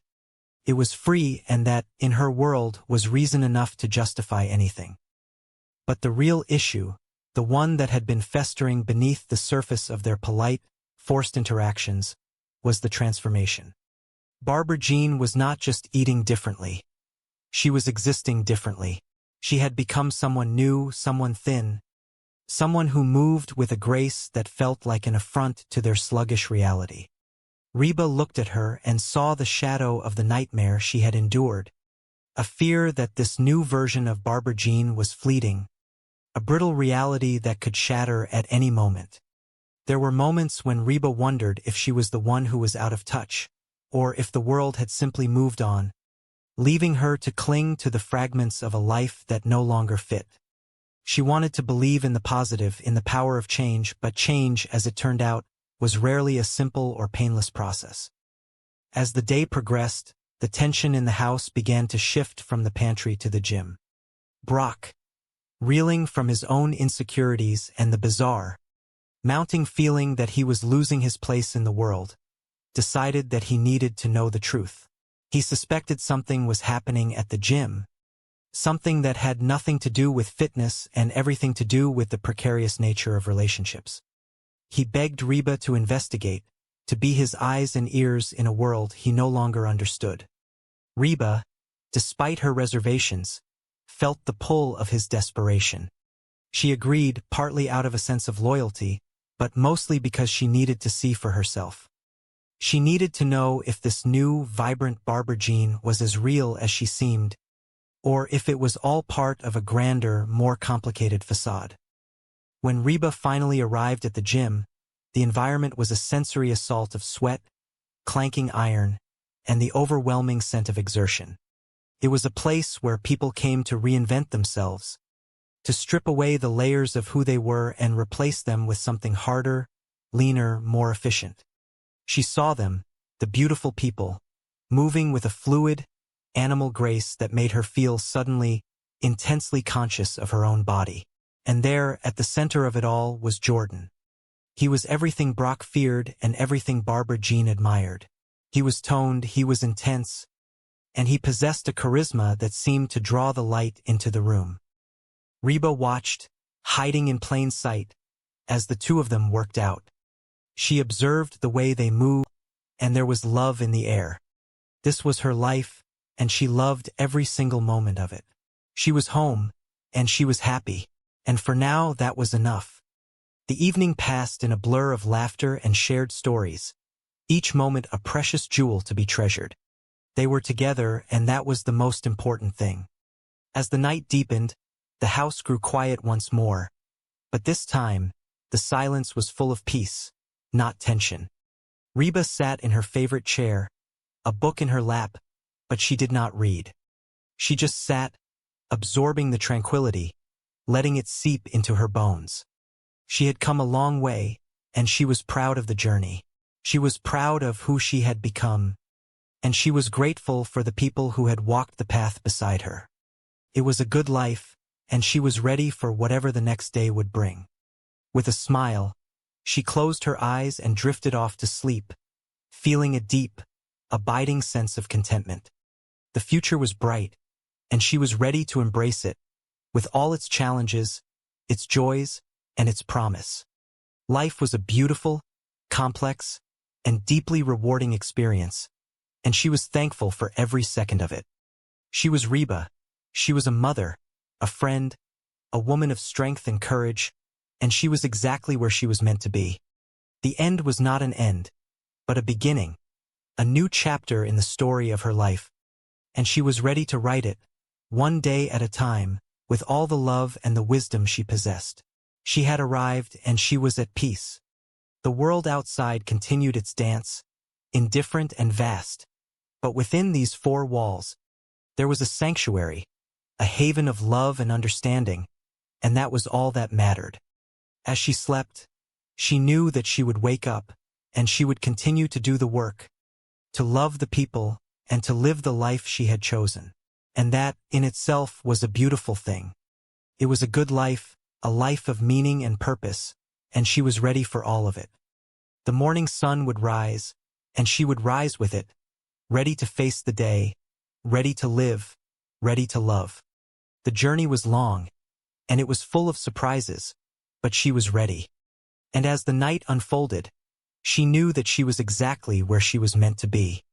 The story of her life would go on, a testament to the enduring power of love, to the strength of the human spirit, and to the beauty of living a life that was authentic, honest, and full of joy. And in that, there was a quiet, profound triumph. She was Reba, and this was her story.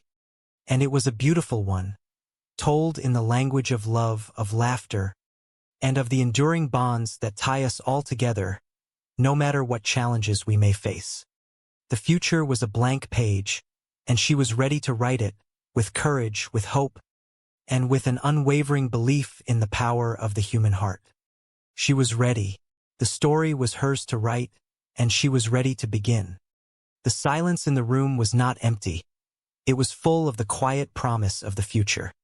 And as she slept, she knew that tomorrow, she would wake up with the same spirit, the same resilience, and the same love that had guided her through all the years. Life was a beautiful, complicated, and deeply rewarding adventure, and she was thankful for every moment of it. The path ahead was clear, and she was ready to walk it one step at a time, with all the love and the wisdom she had gathered along the way. She was home. She was ready. The end of the day was just the beginning of the next, and she was grateful for it all. Life was a gift, and she was ready to open it, day by day, moment by moment, with all the passion and the joy she possessed. This was her life, and she was ready to live it to the fullest. The journey continued, and she was ready for it all. The world was full of possibilities, and she was ready to explore them, with all the courage and the wisdom she had gathered along the way. She was Reba, and she was ready, and that was enough. The kitchen in the residence of the Hart family was usually a place of warmth, but on this particular afternoon, it felt strangely desolate. Reba stood by the counter, her eyes narrowing as she surveyed the pantry. It was as if a whirlwind had passed through the cupboards, leaving behind only the ghosts of snacks that once were. She looked at the salt and pepper shakers. They were entirely empty. Ben walked into the room, his expression mirroring her own bewilderment. He looked at the barren shelves and sighed. It was clear that the locust of the house had been through here. The woman they all lived with had developed an appetite that defied explanation, and it was beginning to weigh heavily on the household budget and their patience. "That woman is entirely out of control," Reba stated, her voice calm but firm. "She has eaten everything in the house. Look at this, Ben. Even the salt and pepper shakers are empty." Ben leaned against the doorframe, his hands tucked into his pockets. Why do you not simply tell her that she has eaten too much? You tell her. Reba shook her head, a playful yet weary smile touching her lips. No, you tell her. Let us settle this the old way. Rock, paper, scissors. Ben groaned, knowing his own patterns. Ben, you know you are going to lose. Not this time, Ben insisted, his focus sharp. 1, 2, 3. Reba extended her hand, forming a paper, while Ben, true to his habit, revealed the scissors. The defeat was instantaneous. Dang it, Ben muttered, his shoulders slumping. How do you always beat me? Because you always pick scissors, Reba replied, a smirk dancing on her face. It is my system. So, you will tell her. No, I do not want to, Ben protested, looking toward the living room where their housemate usually spent her time.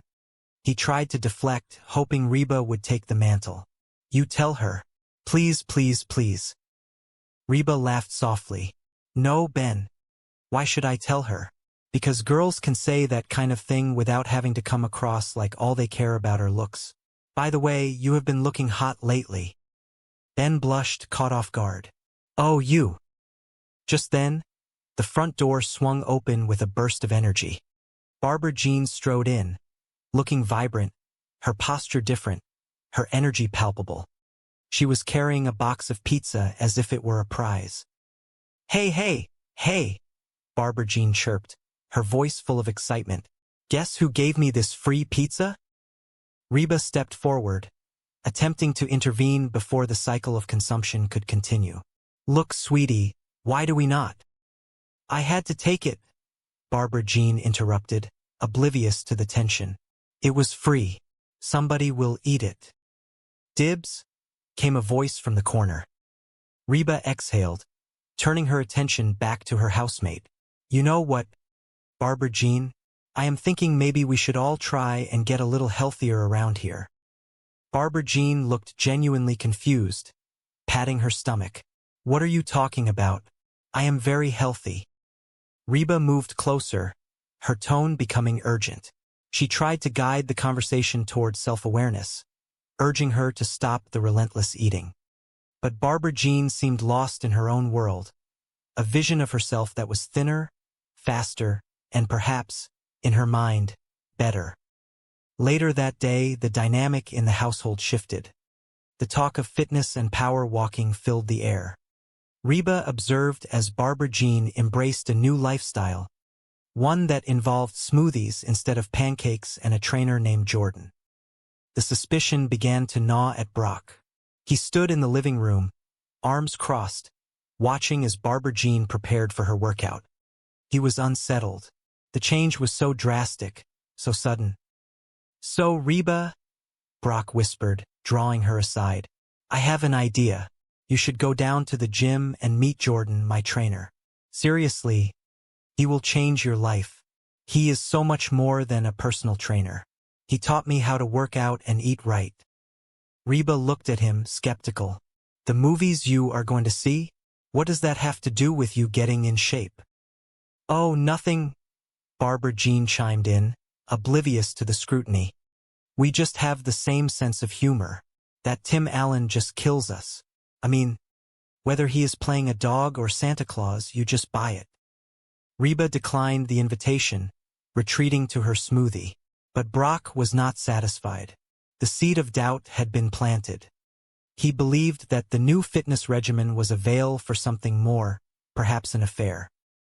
Reba, I need you to help me out, Brock pleaded later. I want you to go down to the gym and see if there is anything going on. Spy on him for me. Reba shook her head. No way. She was Reba, and that was enough. The evening passed with a gentle grace.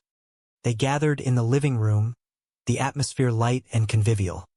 There were no more mentions of power smoothies or trainers or weight loss. Instead, they talked about mundane things, the little joys and frustrations of their day. Van told a story about work that made everyone laugh, his natural sense of humor shining through despite the previous tension. Cheyenne joined in, her contribution adding a layer of warmth to the conversation. Barbara Jean was there too, sitting on the sofa with a relaxed posture, looking content and at peace. Brock sat nearby, listening intently, his own previous worries about the trainer appearing to have faded into the background.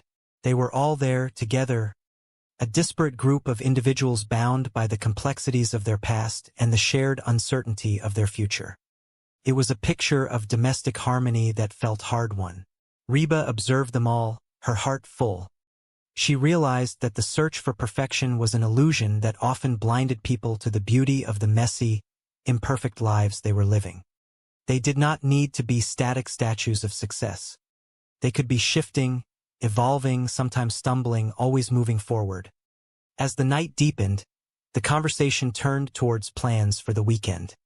There was a consensus that they should do something together, something simple and uncomplicated. Maybe a picnic in the park, or a drive to the countryside, or just a movie night at home.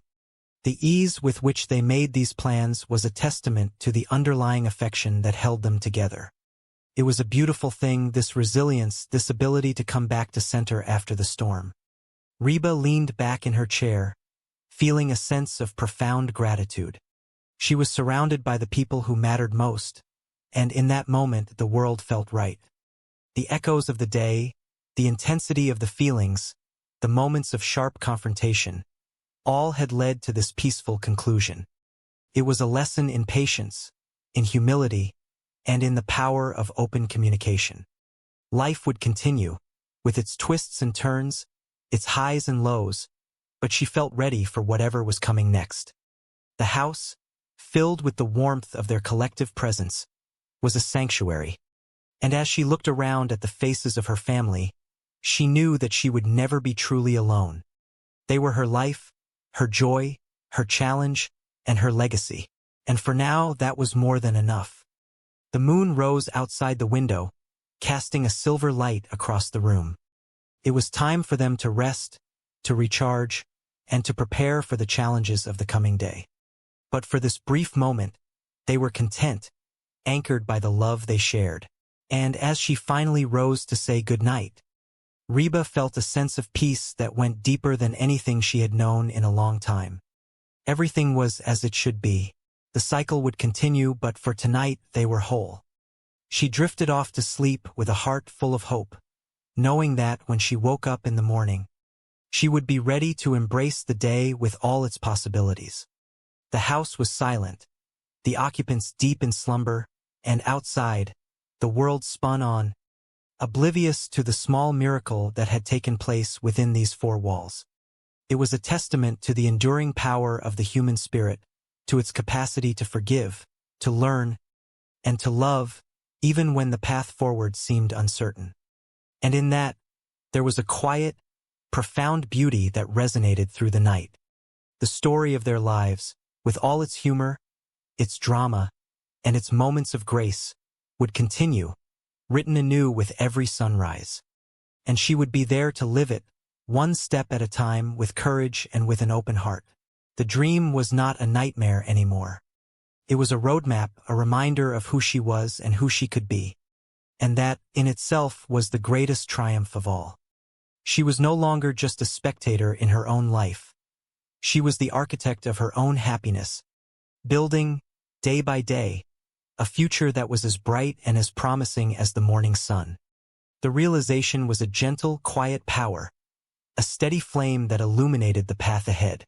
She knew that there would be hurdles, that life would inevitably bring its own set of complications, but she also knew that she possessed the strength to navigate them. She had her family, her friends, and the unwavering belief that everything would work out in the end. And that belief, simple as it was the foundation upon which she would continue to build her life. As the first light of dawn touched the horizon, she smiled. The day was waiting, and she was ready. It was a new day, a new beginning, and she welcomed it with open arms. There was so much to look forward to, so much to experience, and she was grateful for every second of it. This was the essence of living, of truly being alive, and she would not waste a moment of it. She took a deep breath, savoring the stillness of the morning, and prepared to face the world, one day at a time, with grace, with humor, and with the enduring love of the people who made it all worth it. The journey was long, but it was beautiful, and she was glad to be on it. The story was hers to tell, and she would tell it with pride, with honesty, and with an unwavering commitment to the values that guided her. It was a good life, and she was thankful for it. The morning sun began to climb higher, chasing away the remnants of the night, and with it, the promise of a bright, new day. She stepped out into the light, ready to embrace whatever it held, confident in her journey and in the family that walked it beside her. The world was vast, but for her, the center of it was right here, in this house, among these people, and in the quiet, steady beating of her own heart. This was where she belonged. This was who she was. And this was the legacy she would leave behind, a story of love, laughter, and the resilience of the human spirit. It was a story that would continue long after she was gone, passed down through the generations, a reminder of what truly mattered in the end. And she was honored to be a part of it. The day unfolded, full of the usual rhythms and rituals, but there was a new awareness, a deeper appreciation for the simple, everyday moments that made up a life. They worked, they played, they talked, and they supported each other, building a web of connection that grew stronger with each passing day. The challenges were still there, but they were no longer overwhelming. They were just part of the tapestry, threads that added color and depth to the overall picture. Reba felt a sense of calm that she had not felt in years. It was as if a weight had been lifted, a burden she had been carrying without even realizing it. She was lighter, freer, more open to the possibilities that life had to offer. She was learning to let go of the need for control, to trust in the process of life, and to appreciate the beauty of the unexpected. The lessons she had learned, the growth she had experienced, were a testament to the power of self-reflection and the courage to be vulnerable. It was not always easy, but it was worth it. And as she looked back on the journey that had brought her here, she felt a profound sense of gratitude. She had been given the gift of life, and she was committed to living it to the fullest, with purpose, with passion, and with an unwavering commitment to the people she loved. The house, which had once been a place of conflict, was now a home, a sanctuary where love thrived and where every voice was heard and valued. It was a testament to the power of transformation, to the belief that even the most broken things could be mended, and that even the deepest wounds could heal. And as she sat on the porch, watching the sun set behind the trees, she felt a sense of peace that was deeper than anything she had ever known. She was home. She was at peace. She was ready. The evening air was cool, a gentle breeze rustling the leaves, and the world seemed to be at rest. It was a perfect ending to a perfect day. And as she closed her eyes, she whispered a quiet thank you to the universe, for the gifts of the day, for the love of her family, and for the promise of the future. She knew that she would wake up tomorrow, and she would do it all again, with joy in her heart and a smile on her face. And that was all she needed. The journey continued, a beautiful, winding road that led her exactly where she was meant to be, one step at a time, one day at a time, with all the love and the wisdom she had gathered along the way. She was ready for whatever the future held, and she would face it with the same strength and the same resilience that had brought her this far. The story of her life was far from over. It was just beginning, and she could not wait to see what the next chapter would bring. With a light heart and a clear mind, she entered the house, ready to continue the beautiful, messy, wonderful journey of being alive.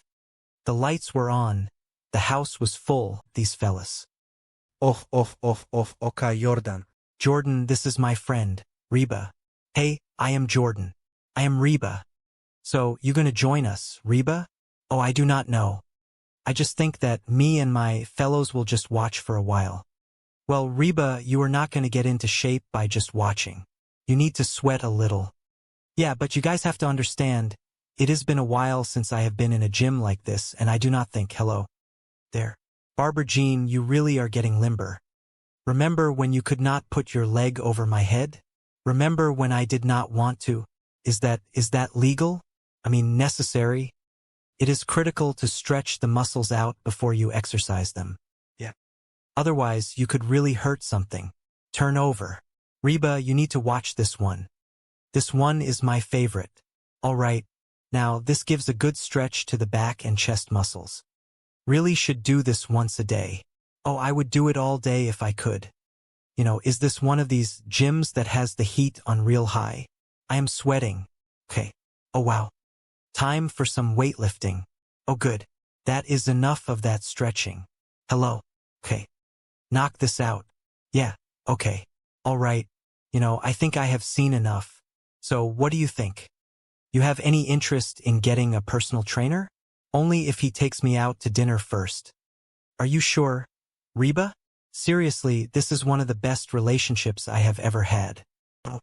I think Jordan has his hands full with you. Oh, you are a beginner, Reba. You will start with dot. Yeah. This is Reba. She seems a little tense. I would spend some extra time on the stretching. Hey, get down there. So, did you see him? What is he like? Is he little? Could I take him? He is big, but he is not as big as Dot. So what do you think? Is there something going on there? Look, Brock. I was hoping that I could go down to the gym and check things out and come back and tell you that there is nothing to worry about. But that is it. Reba, come on. Okay. I do not know if they are having an affair or not, but if they keep working out like that, they might be having a baby. Man, I knew there was something going on. Hey, everybody. I am here, and I am saying, well, oh, hi, honey. Do not you hi, honey me. What are you talking about? Oh, man. Did you honestly think that I would not find out about you and Jordan? What? We were working out. It was perfectly innocent. Reba, tell him what you saw. I do not want to get involved. She said you are having an affair. Any more than I already am. Okay, Jordan and I are not having an affair. He is gay. What? Reba, do you honestly think I would let a straight man grab my breasts? Excuse me. He grabbed your breasts? He is gay. He was not touching them. He was arranging them. Carry on with your lives. No, Reba. Everything is not fine. I had no idea you were so threatened by the new me. The slim waist, the toned legs, the fellas. The fellas? The girls. Oh, the puppies. I am not threatened by you. Really? Yeah. Then why did you go down to the gym? What, were you spying on me? No. Okay, yes. I went down to the gym because I thought there was something going on between you and Jordan. Why would you think that? Because you have changed. I have not. Yes, you have. Ever since you lost all that weight, you are pushy and obnoxious. And you always want to be the center of attention. Hello? I have always been that way. She kind of got a point there. Yeah, well, something has changed, Barbara Jean. Yeah. The way you guys look at me. I am still the same Barbara Jean I always was. I am just less winded. I know she might be right. Could be us. I am sorry, honey. Reba just got me all worked up. That is, look, Barbara Jean. The truth is I think I went down to the gym almost hoping that I would find you doing something wrong. You know, anything. So I could feel superior to you and your skinny butt. So I am sorry. Sorry? Yeah. This is great. For the first time since we have known each other, you want to be me. I do not want to be you. I know. It is even better. You want to look like me. Hey, where are you going? Just gonna go grab something to eat. I will see you next year. Hey, buddy. What are we watching? No, we are not. Want a rock, paper, scissor for it? Let us go. You are gonna pick scissors, are not you? Get out. Hey, honey. Hey, baby. I need to talk to you. Oh, honey. I just got the television. Well, I started thinking that maybe you do not think of me as new pretty because I do not do enough to keep your interest. No, honey. You were way hot. Guilty. But anyway, I thought that maybe I should, change my look every now and then just to keep things fresh. So I bought a wig. Cheyenne, put that down. Listen to me. I think it is a good thing that when I look at you, I do not see the beautiful girl with the killer body. I see my wife. and I am attracted to her whether she is all dressed up, ready to go out, or just sitting on the couch wearing those washed-up flannel pajamas. Really? Yeah. You are beautiful to me because of who you are. I feel kind of stupid. That is also who you are, and I love it. Come on, you. Where are we going? Oh, we are going upstairs. Hold on. I thought you did not want me to leave you alone. Sometimes I want to feel new pretty. Life, it seemed, had a way of balancing itself out, finding harmony in the most unexpected of places. It was not about the weight lost or the gym memberships or the superficial changes that flickered like candles in the wind. It was about the connections that ran deeper than the surface. Reba stood in the living room, watching the dust motes dance in the shaft of afternoon light that pierced through the curtains. The chaos of the earlier hours had subsided, leaving behind a tranquil silence that was rare in their household. She thought about the conversation with Barbara Jean. The honesty, while painful, had acted as a balm, smoothing over the jagged edges of their misunderstanding. It was strange how insecurity could act as a filter, distorting reality until the people one cared about most appeared as rivals instead of allies. Reba had been the protector, the shield, the one who held everything together, but she realized that she, too, had been fragile. Admitting that she wanted to be like Barbara Jean was the admission of vulnerability that felt both terrifying and liberating. She walked over to the kitchen counter, picking up the empty salt shaker. She turned it over in her hand, feeling the weight and the texture of it. It was just an object, yet it represented the void that had been filled by the conversation. She had spent so much time worrying about the changing dynamics, about the shifts in their lives, that she had forgotten to simply be present. The gym, that temple of self-improvement where she had felt so out of place, had been the catalyst for this revelation. Jordan, with his flamboyant energy and his commitment to Barbara Jean, was not a threat but a sign of growth. He was simply someone helping another person find a version of themselves that made them happy. And if that happiness radiated outward, touching others in the process, then perhaps it was not something to be feared. The kitchen, once again, felt like a home rather than a stage for conflict. The laughter of Van and Cheyenne echoing from upstairs served as a reminder that love was often found in the quiet moments of acceptance. They did not need to be perfect, or thin, or follow the latest trends to be worthy of affection. They just needed to be real. Reba poured herself a glass of water, the simplicity of the act bringing a smile to her face. She would make dinner tonight, something wholesome, something that did not involve fancy smoothies or complicated nutritional plans. Just good food for the people she loved. The house, in its own way, seemed to settle in around her, the creaking of the floorboards and the settling of the foundation feeling like a comforting rhythm. She thought about the coming year, the changes it would bring, the challenges they would inevitably face. There would be more arguments, surely, and more moments of confusion, but they were a family. They were tangled together in a complex web of shared history and future hopes. And as long as they could be honest with each other, as long as they could laugh at themselves and at the absurdities of life, they would be fine. She looked out the window at the garden, where the flowers were just beginning to bloom. Everything was in a state of constant transition, growing, changing, shedding old skin to make way for the new. She was a survivor, as the song had played in her head earlier, but she was also a person who was capable of growth, of change, and of deep, profound love. She set the glass down and decided to call out to the others. It was time for a fresh start, a new chapter in the ongoing story of their lives. The fear of being left behind, or of losing her place in the hierarchy of their affections, had dissipated, replaced by a sense of calm confidence. Hold on. I thought you did not want me to leave you alone. Sometimes I want to feel new pretty. The house was quiet, save for the rhythmic humming of the refrigerator and the occasional clatter of dishes coming from the kitchen.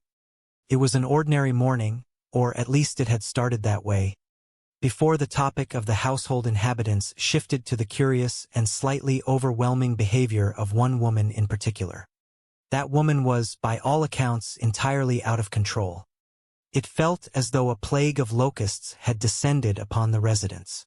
She had consumed everything in the house, leaving the pantry shelves looking like a barren wasteland. Even the salt and pepper shakers were empty, a testament to her insatiable appetite that had left the others in a state of bewildered frustration. Ben looked at the empty containers and sighed, his eyes scanning the kitchen for any sign of remaining sustenance. The question hung in the air, heavy and unresolved. Why did no one simply tell her that she had consumed too much? The responsibility felt like a hot potato, passed from one set of hands to another. Ben looked at his companion, daring the other to take the lead. No, you tell her. Let us play a game of rock, paper, and scissors to decide our fate. Ben, you know that you are going to lose, came the reply. Not this time. 1, 2, 3. The hand signals flashed in the air. Dang it. How do you always beat me? Because you always pick scissors, came the calm answer. Of course I do, it is my system. So you will tell her? Yeah, fine. No, I do not want to. You tell her. Come on, you tell her. Please, please, please. No, Ben, why should I tell her? Because girls can say that kind of stuff without having to come across like all they care about are looks. By the way, you have been looking hot lately. Oh, you. Look, sweetie, why do I not tell her? Thank you. Suddenly, the front door swung open with a burst of frantic energy. Guess who Luigi gave the free pizza to? Luigi does not have to roll it out of the bed every morning. You know, Mom, we really do not need another pizza. I mean, it is really just the three of us. Oh, I know, but I had to take it. It was free. Somebody will eat it. Oh, dibs. You know what, Mom? I am thinking maybe we should all try and get a little healthier around here. What are you talking about? I am very healthy. All right, that is it, Mrs. H. Drop it. Drop it, Mrs. H. Drop it. Drop it. Drop it. Drop it. Mrs. H. I cannot stand to see you do this to yourself. It is like you are trying to eat yourself to death. Why? What happened to you? What is different? The room seemed to swirl as a vision of the past flickered through the mind like a movie reel. The confusion was palpable, the desire for clarity driving everyone to a state of near agitation. It was a nightmare, and yet the dream continued, cycling through images of weight loss and the pursuit of a new identity. My roots are planted in the past, though my life is changing fast. Who I am is who I want to be. A single mom who works too hard, who loves her kids and never stops. With gentle hands and the heart of a fighter, I am a survivor. Mom, make us some pancakes. No, I am making everyone a power smoothie. And this afternoon I am taking a power walk. Power walk? Oh, forget your power cane. Van, that is not nice. Mom does aerobics. She could shatter her hip. And yet, in the blink of an eye, I can make you both homeless. Hey, everybody. I am here, and I am, oh, shut up and have a donut. Oh, Reba. You are not still trying to lose weight by drinking those power smoothies, are you? Jordan, my trainer, says that those are loaded with hidden carbohydrates. Barbara Jean, I am all for adopting a healthy new lifestyle. But seriously, I mean, there has to be some sort of, will you stop staring at her? What? We have been staring at her for like the past 2 hours. Well, she is pretty. I am pretty. Well, of course you are. You have always been pretty. But she is new pretty. Oh, Van, that is such a funny story you can tell to your next wife. Van, you really think that I am new pretty? Oh yeah, you are like a bleached out Halle Berry. Thank you. You are welcome. I am going to go make some calls. So, Barbara Jean, yeah? Is it true that when you lose a bunch of weight you want to do, bounce, bounce? Fum. Oh, Cheyenne, do not be upset. You are still hot. You are like a bleached out Jan Brady. January Jan Brady. I am Marcia. Marcia, Marcia, Marcia. So, Reba, I have an idea. You should come down to the gym and meet Jordan, my trainer. Seriously, he will change your life. I mean, he is so much more than a personal trainer. He taught me how to work out and eat right. We go over the clothes I am going to wear, the movies I am going to see. Well, The movies you are going to see? What has that got to do with you getting in shape? Oh, nothing. We just have the same sense of humor. That Tim Allen just kills us. I mean, whether he is playing a dog or Santa Claus, you just buy it. So, you will come meet Jordan? No. Oh, come on, Reba. I want my best girlfriend to meet my best boyfriend. Boyfriend? Oh, whoops. That came out wrong. Oh, well, thanks anyway. But I am just going to be here with my smoothie. Delicious. Just like fruit gravy. Oh, hey, Barbara Jean. Here you are. Listen, how would you like to go out and grab a quick lunch? Just the two of us? Oh, honey, I cannot. I am going to the gym. Well, cannot you skip it just this once? Come on. I will take you to that romantic French place you like so much. Really? Skip the gym and eat French food? No confondu, brah. Man, she blew me off again. All she wants to do is go down to the gym and spend time with Jordan. Her trainer. Exactly. Frankly, I like the new but the new attitude not so much. Oh, that is really funny coming from the old but. Jordan is so great. Jordan is so toned and funny. Well, I have news for you. Nobody is toned and funny. Rob, you are overreacting. Oh, really? Yeah, I think she might be having an affair with this guy. Barbara Jean with her trainer? I mean, sure, he is probably a better man than you are, better looking and younger. But that is it. Reba, I need you to help me out. I want you to go down to the gym and see if there is anything going on. You know, spy on him for me. No way. You know, Barbara Jean may have a long list of faults. And I have that list if you need a copy. But she is nothing if not faithful. Yeah, right. Up until now. But now that she is thin and hot, she has all kinds of options. Look, Brock, if it is worrying you that much, be honest with her. Tell her how you feel. Tell her that you just need a hug every now and then. Oh, now, there is a great idea. See? Why, since my competition is a macho, muscular dude, I should go the other way and appear all weak and whiny. Your solutions are ridiculous, Reba. Makes me want to spy on those stupid, hard to believe they are supposed to be good for you. Hey, Mrs. H, you off for your power walk? Man, I love old people. Power walking, moving along, swinging their arms. Like there is a big sale for false teeth. No, I am not going for my power walk. This whole physical thing is getting everybody acting wacko. What do you mean? Well, your dad thinks that the guy who gave Barbara Jean her new body is wanting to take a four-spin. He probably does. What are you talking about? Guys are pigs. They are dogs. They are all animals. They just care about hot women. They are hot dogs. My point is that when you have a hot lady, you have to keep your guard up at all times. I used to. You used to? No, baby, do not take it like that. It is just that I have grown into a mature, stable individual. That is all. Well, I do not like it. Where have you been? I went to get something to eat. So, Ben, you think that Brock might be right about this trainer? Sure, this guy could be hot for Barbara Jean, but since Barbara Jean is not looking to play, there is no problem. And it is obvious Barbara Jean is not looking. Why is this obvious? 2 reasons. Barbara Jean is not good at keeping secrets, and she thinks of you as her best friend. If she were fooling around with this guy, she would be constantly talking about him to you. Heck, she would probably even want you to meet him. Meet him? Where are you going? Go down to the gym with the rest of the wackos. All right, well, keep those arms a-swinging. Oh, hey, Reba. You came. Yeah. Man, there is a lot of beautiful people around here. You should see them naked in the shower. Hey, Jordan. Hey, ready to start, Barbara Jean? Yeah. Hey, you look great in that outfit. Oh, well, you know, the other woman is getting kind of baggy. Can you believe her? She did the impossible. She lost all that weight and kept... No confondu, brah, Barbara Jean replied with a wink. Man, she blew me off again, the frustrated man complained. All she wants to do is go down to the gym and spend time with Jordan, her trainer. Exactly. Frankly, I like the new but the new attitude not so much.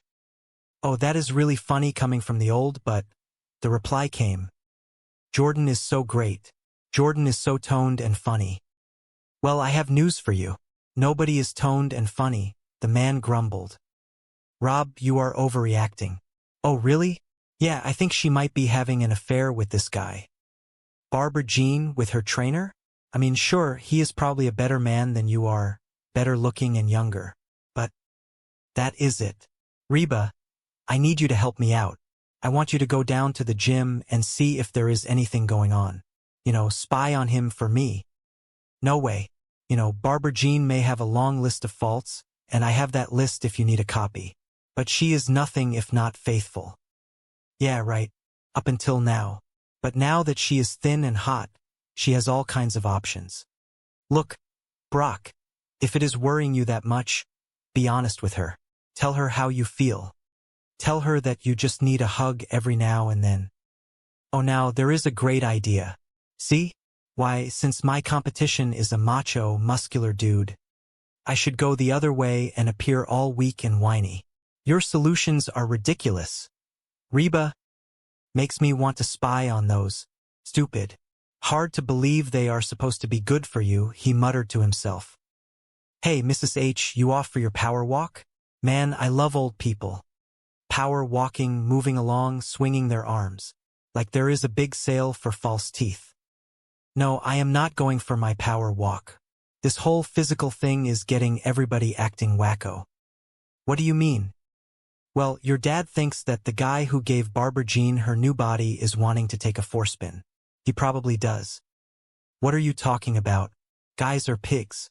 They are dogs. They are all animals. They just care about hot women. They are hot dogs. My point is that when you have a hot lady, you have to keep your guard up at all times. I used to.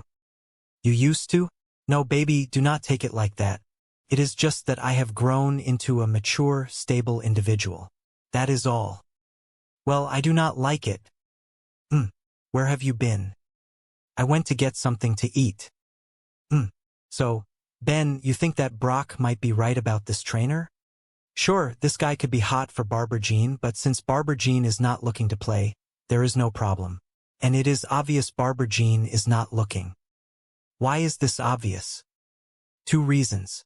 Barbara Jean is not good at keeping secrets, and she thinks of you as her best friend. If she were fooling around with this guy, she would be constantly talking about him to you. Heck, she would probably even want you to meet him. Meet him? Oh, where are you going?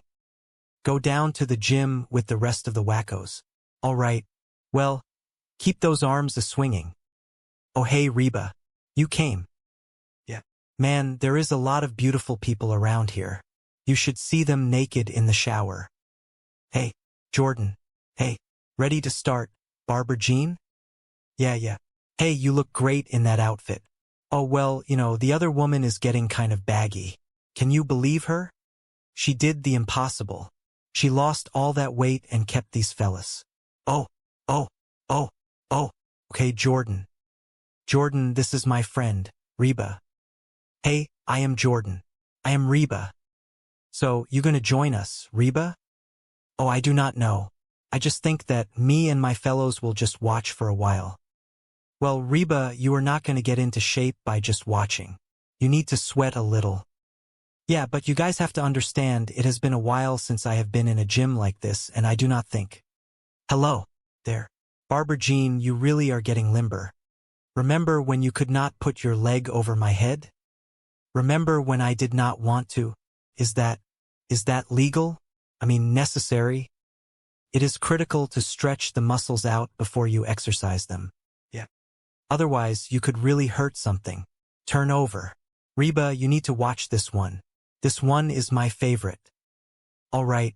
Now, this gives a good stretch to the back and chest muscles. Really should do this once a day. Oh, I would do it all day if I could. Is this one of these gyms that has the heat on real high? I am sweating. Okay. Oh, wow. Time for some weightlifting. Oh, good. That is enough of that stretching. Hello. Okay. Knock this out. Yeah. Okay. All right. I think I have seen enough. So, what do you think? You have any interest in getting a personal trainer? Only if he takes me out to dinner first. Are you sure, Reba? Seriously, this is one of the best relationships I have ever had. Oh, I think Jordan has his hands full with you. Oh, you are a beginner, Reba. You will start with Dot. Dot. Yeah. This is Reba. She seems a little tense. I would spend some extra time on the stretching. Hey, get down there. So, did you see him? What is he like? Is he little? Could I take him? He is big, but he is not as big as Dot. So, what do you think? Is there something going on there?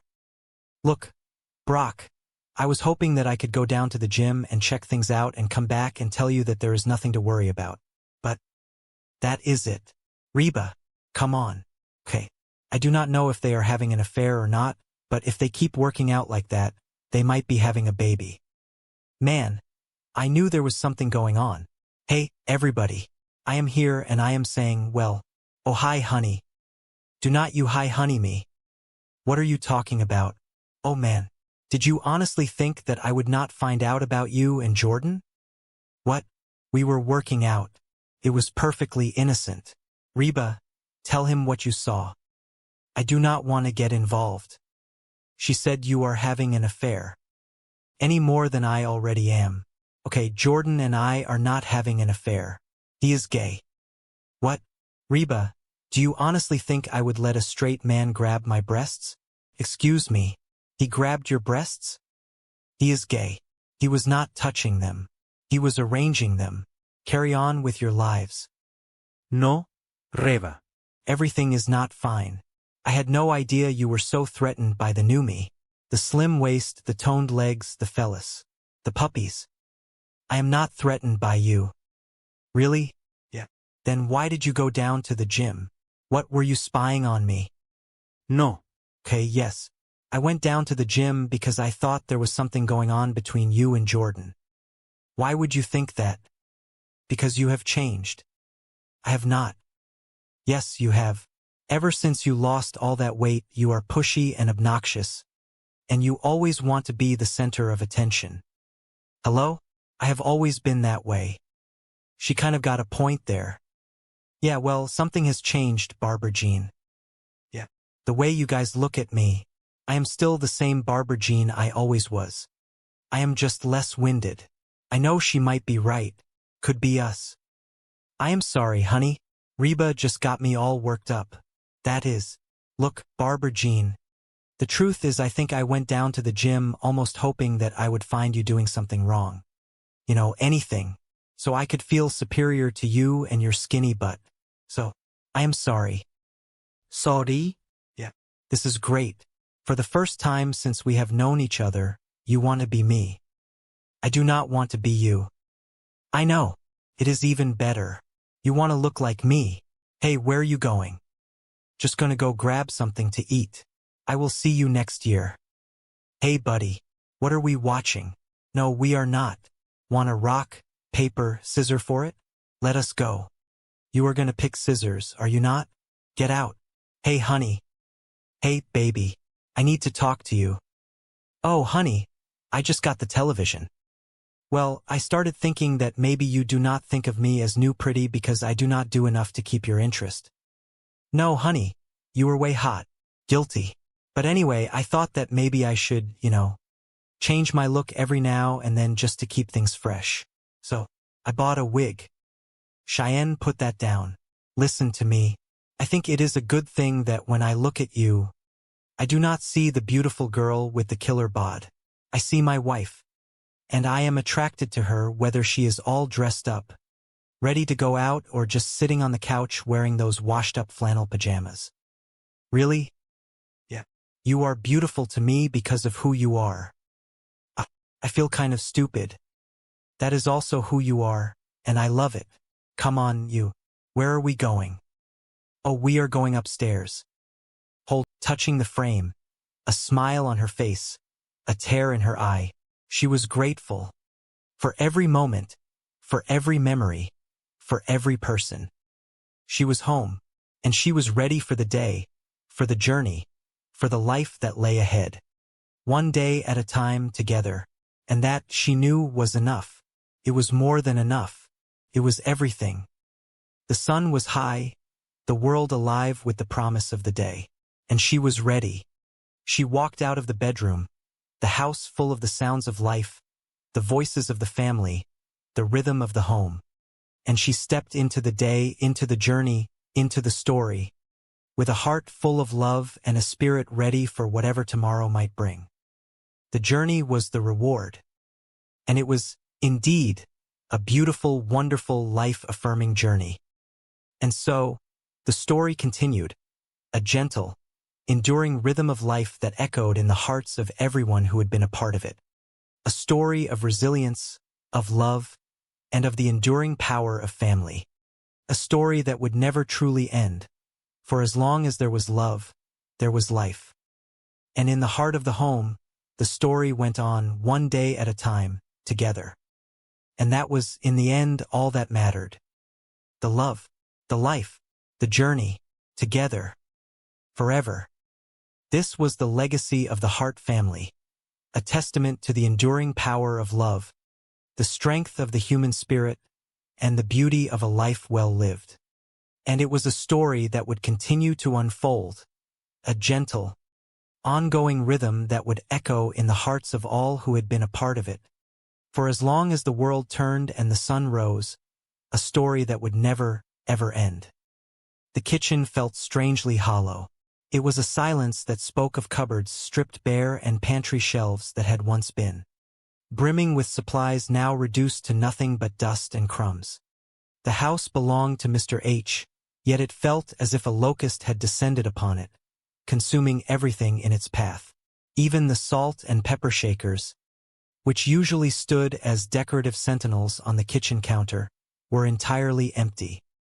Ben leaned against the counter, his eyes fixed on the barren surfaces. He turned to his companion, his expression a mixture of disbelief and genuine hunger.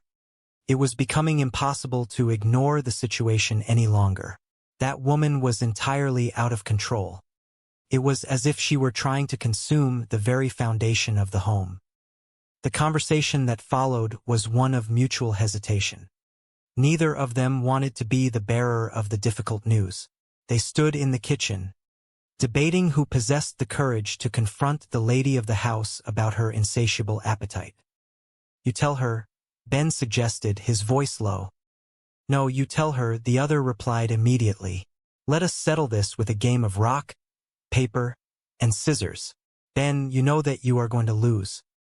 "Not this time," Ben insisted, though his confidence faltered. 1, 2, 3. He lost. The frustration was evident on his face. "How do you always manage to beat me?"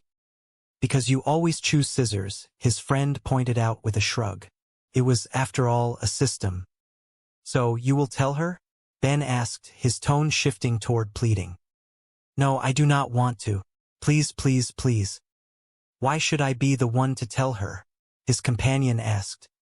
"Because girls can say that kind of stuff without having to come across like all they care about is looks," Ben argued. "By the way, you have been looking hot lately." "Oh, you," she replied, flattered despite the awkwardness of the situation. "Look, sweetie, why do I not tell her instead?" Ben offered, relieved to have an alternative. "Thank you," she replied. At that moment, the door swung open. "Guess who Luigi gave the free pizza to?" the woman exclaimed, beaming with pride. She did not seem to notice the concerned looks directed her way. She had clearly been busy, and the mention of Luigi gave her an air of triumph that was difficult to stifle. "Luigi does not have to roll it out of bed every morning," the woman continued, clearly proud of her acquisition. "You know, Mother, we really do not need another pizza," Ben interjected, trying to sound as gentle as possible. "I mean, it is really just the three of us." "Oh, I know, but I had to take it. It was free," she countered. "Somebody will eat it." "Dibs," a voice called out, reclaiming the hope of a meal. "You know what, Mother?" Ben said, deciding to take a different approach. "I am thinking maybe we should all try and get a little healthier around here." "What are you talking about?" "I am very healthy," she insisted. "All right, that is it," the voice of authority commanded. Drop it, Mrs. H. Drop it." The tension in the room was palpable. Mrs. H, you cannot stand to see you do this to yourself, the voice continued. It is like you are trying to eat yourself to death. Why? What happened to you? What is different? In a moment of surreal clarity, the scene shifted. A vision of the future or perhaps a nightmare manifested. A voice called out, "Yoo-hoo, I am here, and I am thin." The image was jarring. Thin was a stick, and the notion of being thin seemed almost comical in this context. The vision continued to haunt the present reality. My roots are planted in the past, though my life is changing fast. Who I am is who I want to be. A single mother who works too hard, who loves her children and never stops. With gentle hands and the heart of a fighter, I am a survivor. Mother, make us some pancakes, one of the children requested. No, she replied firmly. I am making everyone a power smoothie. And this afternoon I am taking a power walk. Power walk? Oh, forget your power cane, another voice chimed in. Van, that is not nice, the mother scolded. Mother does aerobics. She could shatter her hip. And yet, in the blink of an eye, I can make you both homeless.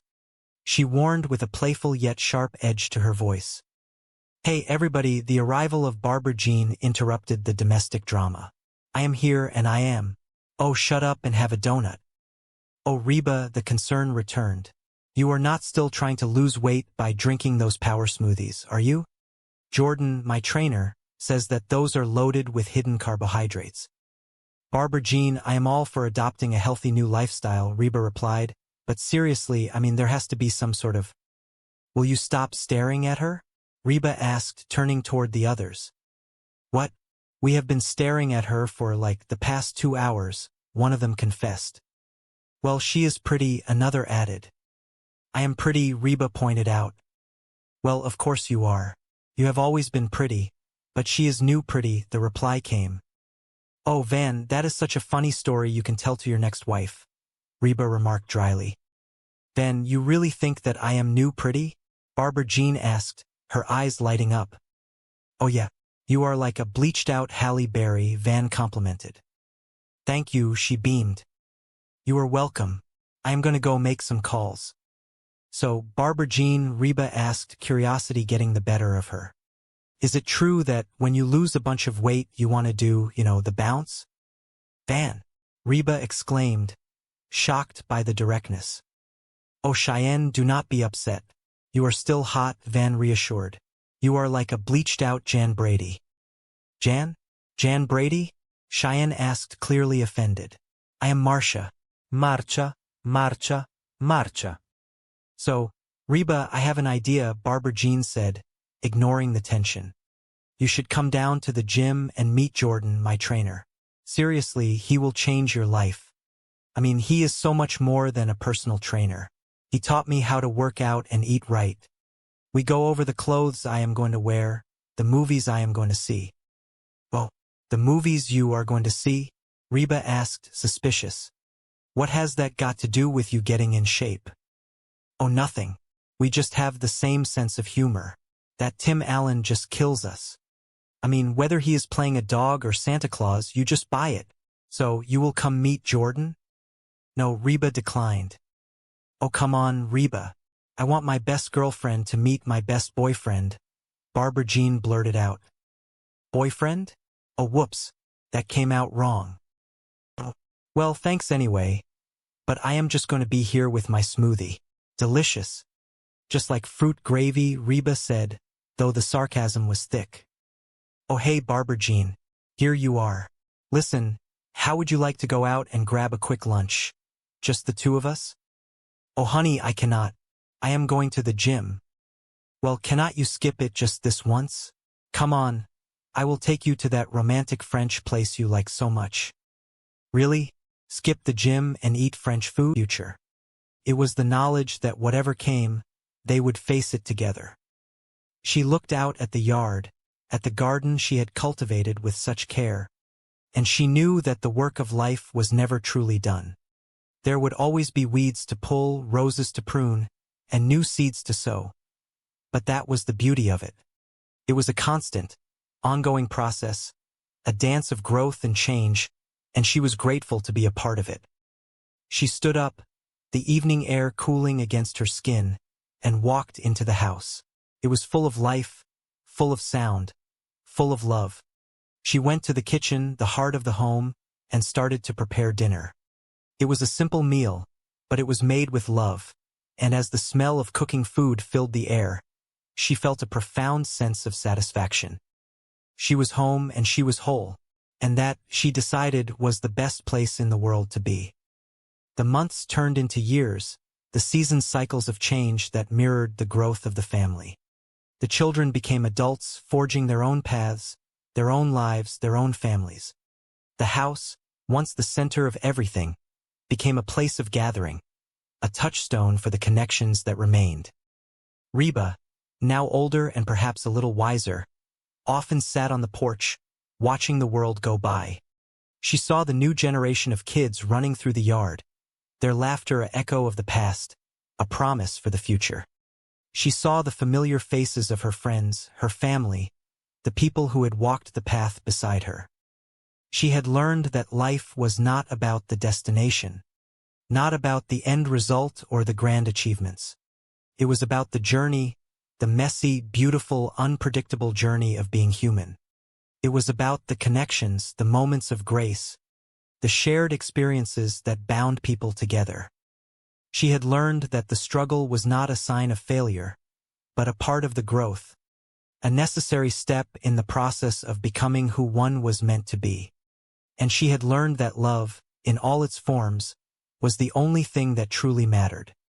She closed her eyes, the familiar sounds of the house, the creak of the floorboards, the hum of the refrigerator, the chatter of the family, bringing a sense of calm that had been missing for far too long. She was content. She was grateful. She was, in every sense of the word, home. And as the sun set on another day, she knew that tomorrow would bring its own moments, its own joys, its own lessons, and she was ready for all of it. Because she was a survivor, and she had the people who loved her to walk the path beside her. And that was enough. That was more than enough. The legacy of the Hart family was not in the things they had achieved, but in the love they had shared, the bonds they had forged, and the resilience they had shown in the face of life's challenges. It was a legacy of connection, of compassion, and of the enduring power of family, in whatever form it might take.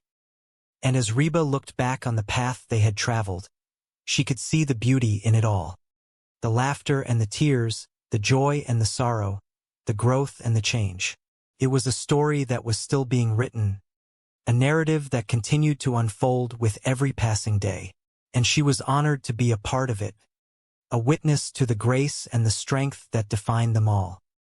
She felt a quiet pride, a sense of satisfaction that permeated her being. They were, in the end, a work in progress, a testament to the idea that life, for all its complexities, was a beautiful, ongoing adventure. And so, the story continued, a gentle rhythm of life that echoed in the hearts of everyone who had been a part of it. A story of resilience, of love, and of the enduring power of family. A story that was, in the end, a reflection of the human spirit. A spirit that, no matter what, would always find its way home. Reba smiled, a look of peace and contentment settling on her face. She decided, exactly where she was meant to be, surrounded by the people who made the struggle and the joy entirely worth it. And as the night grew quiet, she knew that the journey was far from over. There were more memories to make, more lessons to learn, and more love to share. And she was ready for all of it, one day at a time, together. The stars above were bright, a silent witness to the quiet life within the house. And as the world slept, the story continued, a gentle, enduring narrative of love and life, written in the hearts of the Hart family, forever. Thus, the journey went on, a testament to the enduring power of love and the beauty of human connection. The laughter and the joy, the struggle and the strength, all of it woven together into the tapestry of their lives. A story that would continue to unfold, with every passing day, in the heart of the home they had built together, one chapter at a time. And that was, in the end, the only thing that really mattered. The love they shared, the connection they had forged, and the simple, profound joy of being together. A life well lived, a story well told, and a future waiting to be written, together. The house, once the center of everything, stood as a testament to the journey, a place of gathering, a place of home. And within its walls, the spirit of the family continued to thrive, a legacy of love that would endure, generation after generation, a story that would never truly end. And Reba, sitting on the porch, watched the night sky, a sense of gratitude filling her heart. It was a beautiful life, a journey she was proud to have taken, a story she was honored to be a part of. And she knew with all her heart that it was enough. It was more than enough. So the story of the Hart family continued, a gentle, enduring rhythm of life that echoed in the hearts of everyone who had been a part of it. A story of resilience, of love, and of the enduring power of family. A story that would never truly end, for as long as there was love, there was life. And in the quiet of the night, Reba found her peace, a deep, abiding contentment that settled into her soul. She was home, and she was loved, and that, she knew, was the greatest blessing of all. The end, she thought, was not an ending at all, but a beginning. A new chapter in a story that would continue to unfold, one day at a time, together. And so, the journey continued, a testament to the beauty of life, the strength of the human spirit, and the enduring power of love. A life well lived, a story well told, and a future waiting to be written, together. The stars continued to shine, a constant presence in the night sky, and Reba, watching them, felt a sense of connection that went beyond words. It was a life, her life, a journey she was proud to have taken, a story she was honored to be a part of. And as she closed her eyes, she knew that the story would continue, forever. And so it was, a life lived in love, a story written in the heart, a legacy that would endure, for as long as there was a home to return to and people to share it with. A life of connection, a life of joy, a life of love. And that, in the end, was the only thing that really mattered. She drifted into sleep, the quiet breathing of the house a lullaby, the love that filled the rooms a warm, protecting presence. And in her dreams, the story continued, a gentle, unfolding narrative of life and love, a journey that would never end. It was a beautiful story, a beautiful life, and she was grateful for every single moment of it. For all the ups and the downs, for all the laughter and the tears, for the strength to keep going, and the heart to keep loving. It was a journey she would take again, 1,000 times over if she could. And she was, in the end, a survivor, a woman who had walked the path, who had weathered the storms, and who had found the joy in the simple, everyday moments of life. A life well lived, a story well told. And as the night gave way to the morning, she was ready, once again, to face the day, to embrace the journey, to live and to love, one day at a time, together. The sun rose, a bright, hopeful light that signaled the beginning of a new day. And inside the house, the rhythm of life began once again, the voices of the family, the hum of the morning, the simple joy of being together. It was a new day, a new chapter, a new opportunity to share, to love, and to be a family. And for Reba, it was a beautiful, wonderful, life-affirming day, a day to be cherished, a day to be lived, a day to be loved. And she was ready. For the joy, for the struggle, for the growth, for the change. She was ready for it all. Because she was a survivor and the weeks that followed were filled with small, quiet victories. Barbara Jean kept her word and found a balance in her life, trading some of her gym time for a creative writing class, which she absolutely loved. She would spend hours talking about the characters she was creating, her eyes bright with excitement. Reba would listen, offering encouragement and support, and she found that she truly enjoyed the window into Barbara Jean's imagination. Brock, for his part, seemed to have found a new appreciation for the stability of his life with Barbara Jean. He still had his moments of insecurity, his flashes of jealousy, but he was learning, slowly but surely, that trust was the foundation of everything. He started spending more time with his kids, taking them on weekend trips or just hanging out in the backyard, building memories that would last a lifetime. Van and Cheyenne were in their own world, their love growing stronger with every passing day. They were like a couple of teenagers in love, always whispering, always touching, always finding joy in the smallest things. It was a joy to watch them, a reminder of the innocence and the passion of youth. And Reba? Reba was finding her own groove. She had stopped trying to keep up with the latest trends and had started focusing on the things that brought her genuine happiness. She took up gardening, finding peace in the soil and the satisfaction of watching something grow from nothing. She spent time with her friends, not just the ones she was obligated to see, but the ones she truly wanted to be around. She was learning to appreciate the beauty of the ordinary, the magic in the everyday. One afternoon, they all gathered at the house for a barbecue. The smell of charcoal and burgers filled the air, the sound of laughter echoing through the neighborhood. Everyone was there, the table set with all their favorites, a spread that would have made anyone's mouth water. Reba stood on the porch, looking out at them all. She saw the connections, the bonds that tied them together, the shared history that made them a family. It was not a perfect family by any means. They had their disagreements, their misunderstandings, their moments of friction. But they were a family nonetheless, and they were all trying, in their own way, to make it work. As the sun began to set, casting a long golden shadow across the yard, they all sat down to eat. The conversation was lively, a mix of stories and jokes and heartfelt moments. It was the kind of evening that one wants to bottle up and keep forever, a snapshot of life at its very best. Reba raised her glass, a simple iced tea, and waited for the room to go quiet. "I want to say something," she said, her voice steady and clear. Everyone stopped, looking at her with expectant faces. "I look around this table, and I see a lot of people I love," she started, feeling the warmth of their presence. "We have had our share of ups and downs, of times when we did not understand each other, of times when we let our own insecurities get the better of us. But we are here, together." She paused, looking at each of them in turn.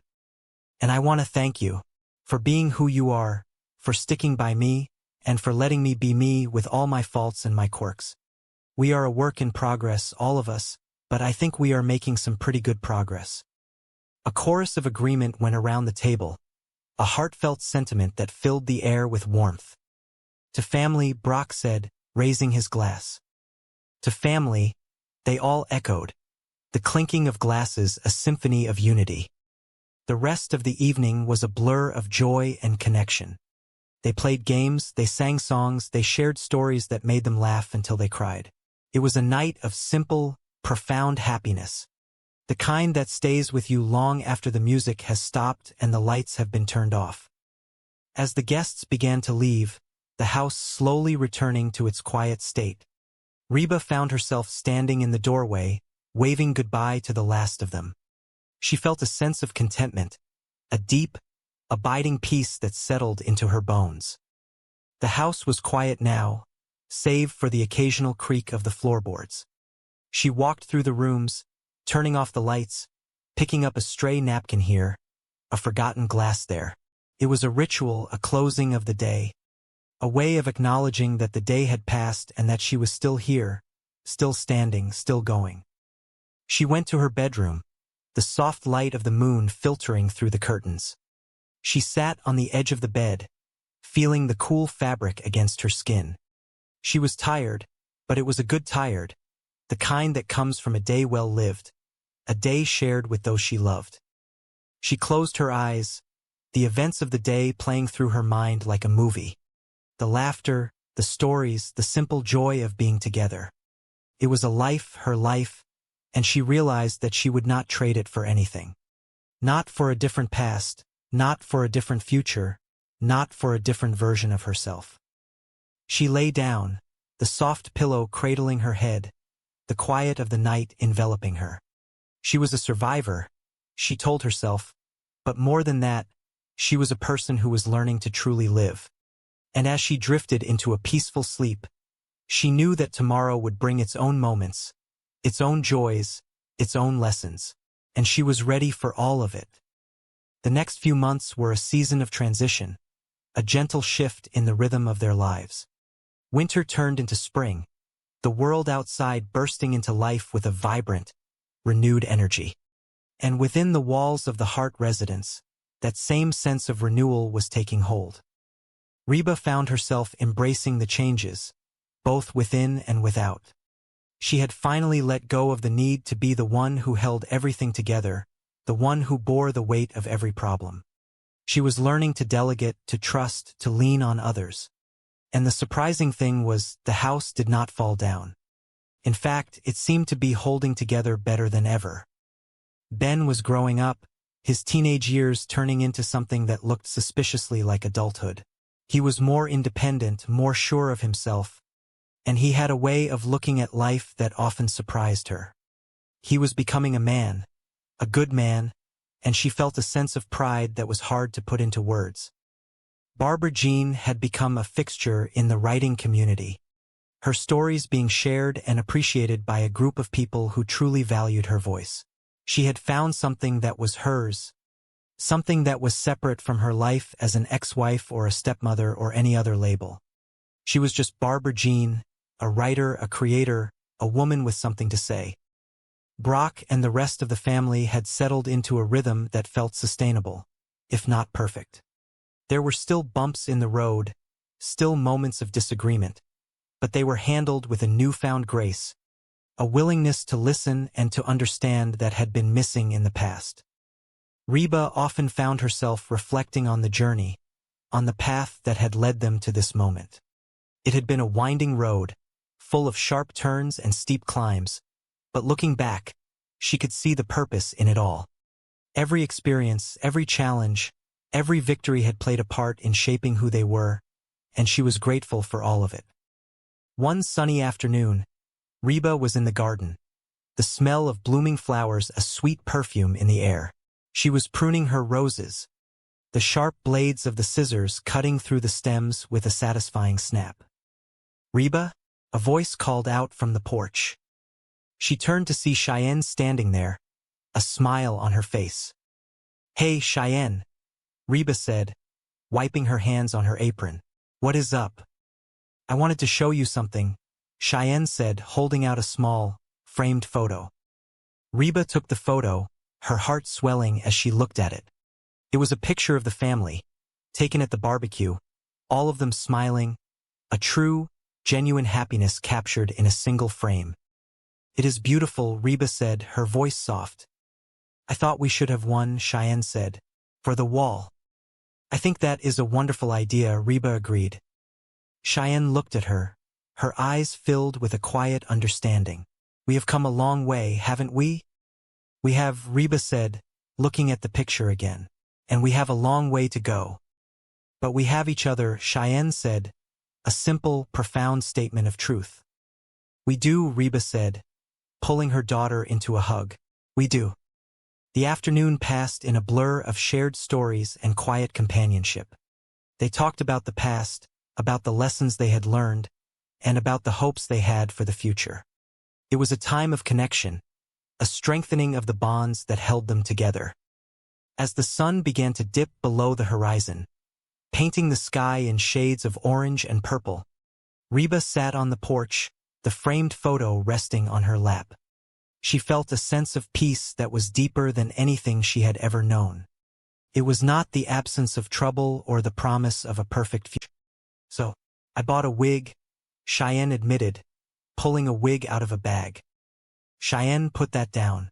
"Listen to me. I think it is a good thing that when I look at you, I do not see the beautiful girl with the killer bod. I see my wife. And I am attracted to her whether she is all dressed up, ready to go out or just sitting on the couch wearing those washed-up flannel pajamas? Van said, his voice filled with sincerity. Really? Cheyenne asked, looking hopeful. Yeah. You are beautiful to me because of who you are, Van promised. I feel kind of stupid, Cheyenne said, wiping a tear from her eye. That is also who you are and I love it, Van said, pulling her into a hug. Come on, you. Where are we going? Oh, we are going upstairs, Van said, his voice dropping to a whisper. Hold on. I thought you did not want me to leave you alone, Cheyenne said, smiling. Sometimes I want to feel new pretty, Van whispered, leading her away. The house was finally quiet, the earlier chaos having settled into a comfortable, familiar rhythm. Reba sat on the couch, letting the silence wrap around her like a blanket. It had been a long, emotional day, filled with misunderstandings and petty insecurities, yet here they all were, still standing, still together.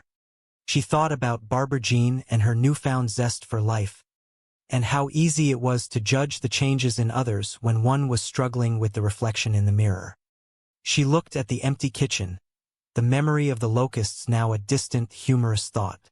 Perhaps, she considered, it was not about being thin or new pretty or having a personal trainer named Jordan. It was about finding the grace to accept oneself and the people around you, in all their flawed, beautiful humanity. She closed her eyes, the familiar sounds of the house, the creak of the floorboards, the hum of the refrigerator, bringing a sense of calm that had been missing for far too long. Tomorrow would bring its own challenges, its own moments of confusion and comedy, but for now, she was content. She was a survivor, after all, and she was surrounded by the people who made the struggle, and the joy entirely worth it. She drifted off into a peaceful sleep, the weight of the day falling away, replaced by the quiet assurance that, no matter what, they would find their way through it, one day at a time, together. The morning brought a fresh start, a crispness in the air that suggested new beginnings. Reba woke early, feeling a sense of clarity she had not possessed the night before. She made coffee, the aroma filling the house and drawing the others out of their rooms like moths to a flame. Hey, Mom, Ben said, rubbing the sleep from his eyes as he entered the kitchen. Good morning, honey, Reba smiled, handing him a mug. Is the house still standing? Ben asked, glancing around. Surprisingly, yes, Reba laughed. I think I am going to skip the power smoothie today, Ben admitted, taking a sip of his coffee. That makes two of us, Reba said, reaching for a bagel. The door opened and Barbara Jean appeared, looking refreshed and ready to take on the world. She had a bounce in her step that suggested she had not a care in it. Good morning, sunshine, Barbara Jean exclaimed, her energy radiating throughout the room. Good morning, BJ, Reba said, her tone warm and welcoming. So, are you coming to the gym with me today? Barbara Jean asked, not waiting for an answer. I think I will pass, Reba said, enjoying her bagel. I think I will stick to my own pace. That is fair, Barbara Jean conceded, not pushing the issue. You know, I was thinking about what you said yesterday about me changing. Reba put down her bagel, giving Barbara Jean her full attention. And I think you are right, Barbara Jean said, her expression serious. I have been so focused on the physical stuff, on the weight loss and the training, that I have forgotten to just be me, the me you are friends with. Reba felt a lump form in her throat. You are still my friend, Barbara Jean. Weight or no weight. I know, Barbara Jean smiled, a genuine, soft expression that reached her eyes. It is nice to feel like I am in control of something, you know? Reba nodded, understanding. I do know. Sometimes life feels like it is spinning, and you just want to find one thing you can anchor yourself to. Exactly, Barbara Jean said, but I do not want the anchor to become a cage. That is deep, Reba said, impressed. I have been reading, Barbara Jean confessed. Well, look at you, Reba teased. I am learning, Barbara Jean said, her eyes sparkling. Maybe I will even take a class. Something that is not about exercise. That sounds like a wonderful idea, Reba said, feeling a sense of pride in her friend. Hey, what is going on here? Brock asked, walking in and eyeing them with suspicion. Nothing, Reba said, sharing a look with Barbara Jean. We are just having a heart-to-heart. Oh good, Brock said, his relief evident. I thought maybe Jordan was back on the agenda.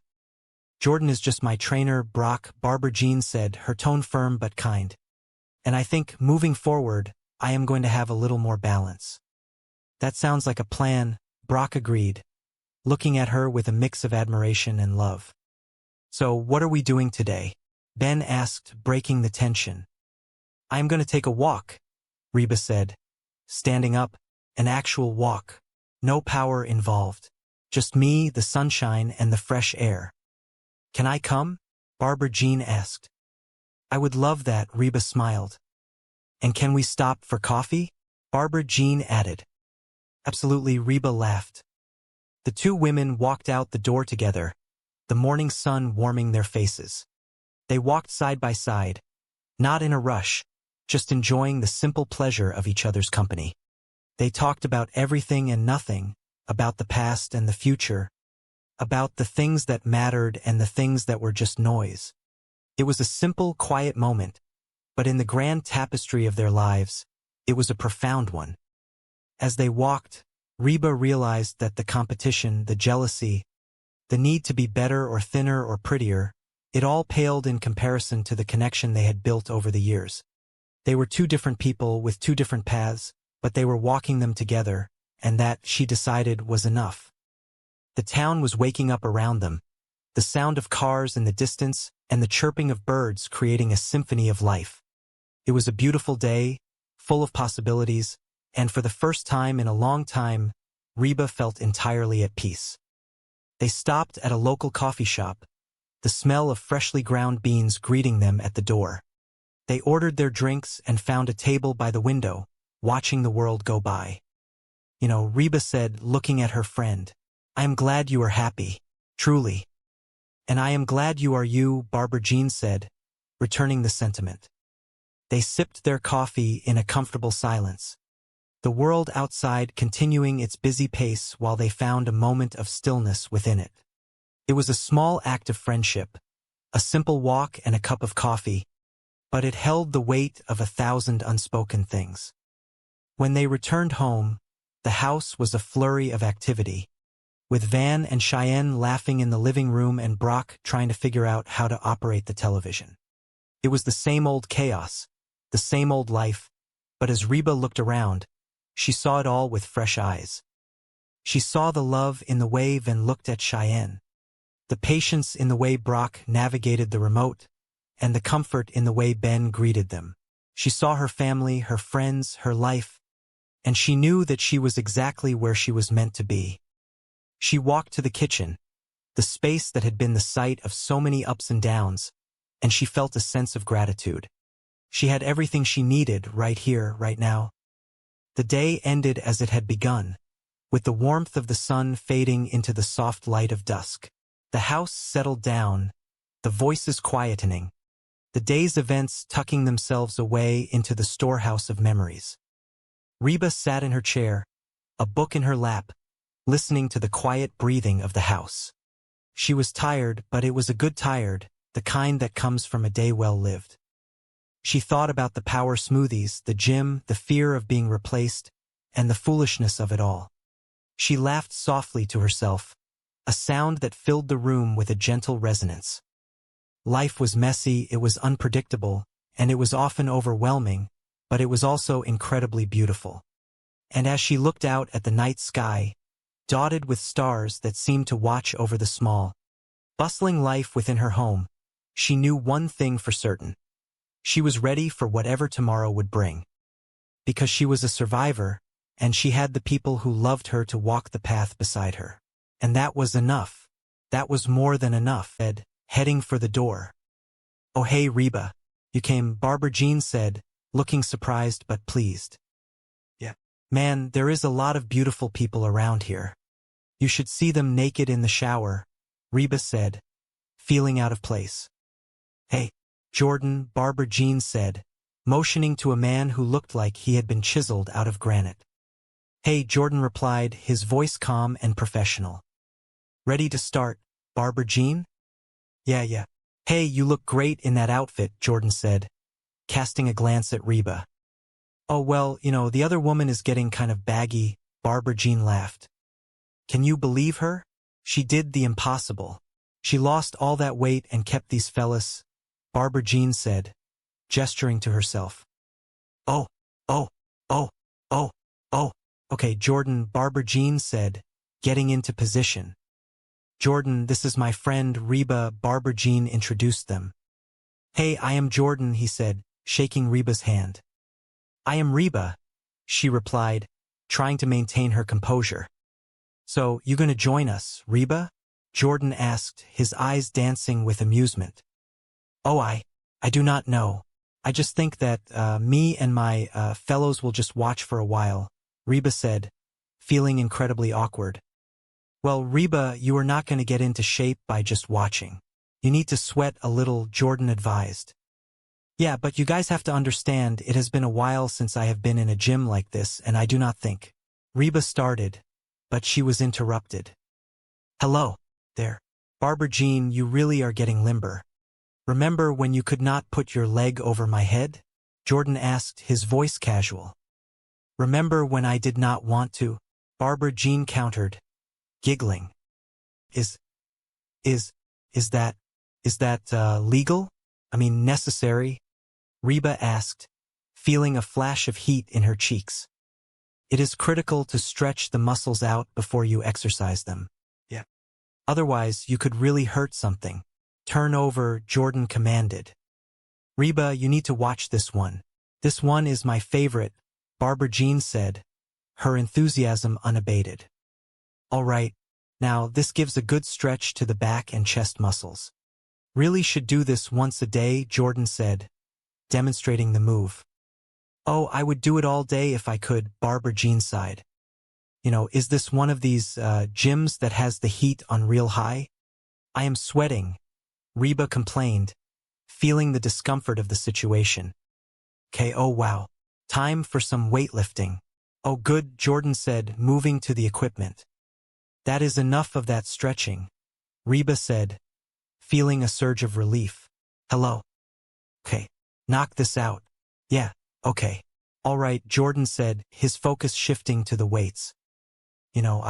I think I have seen enough, Reba said, feeling ready to bolt. So what do you think?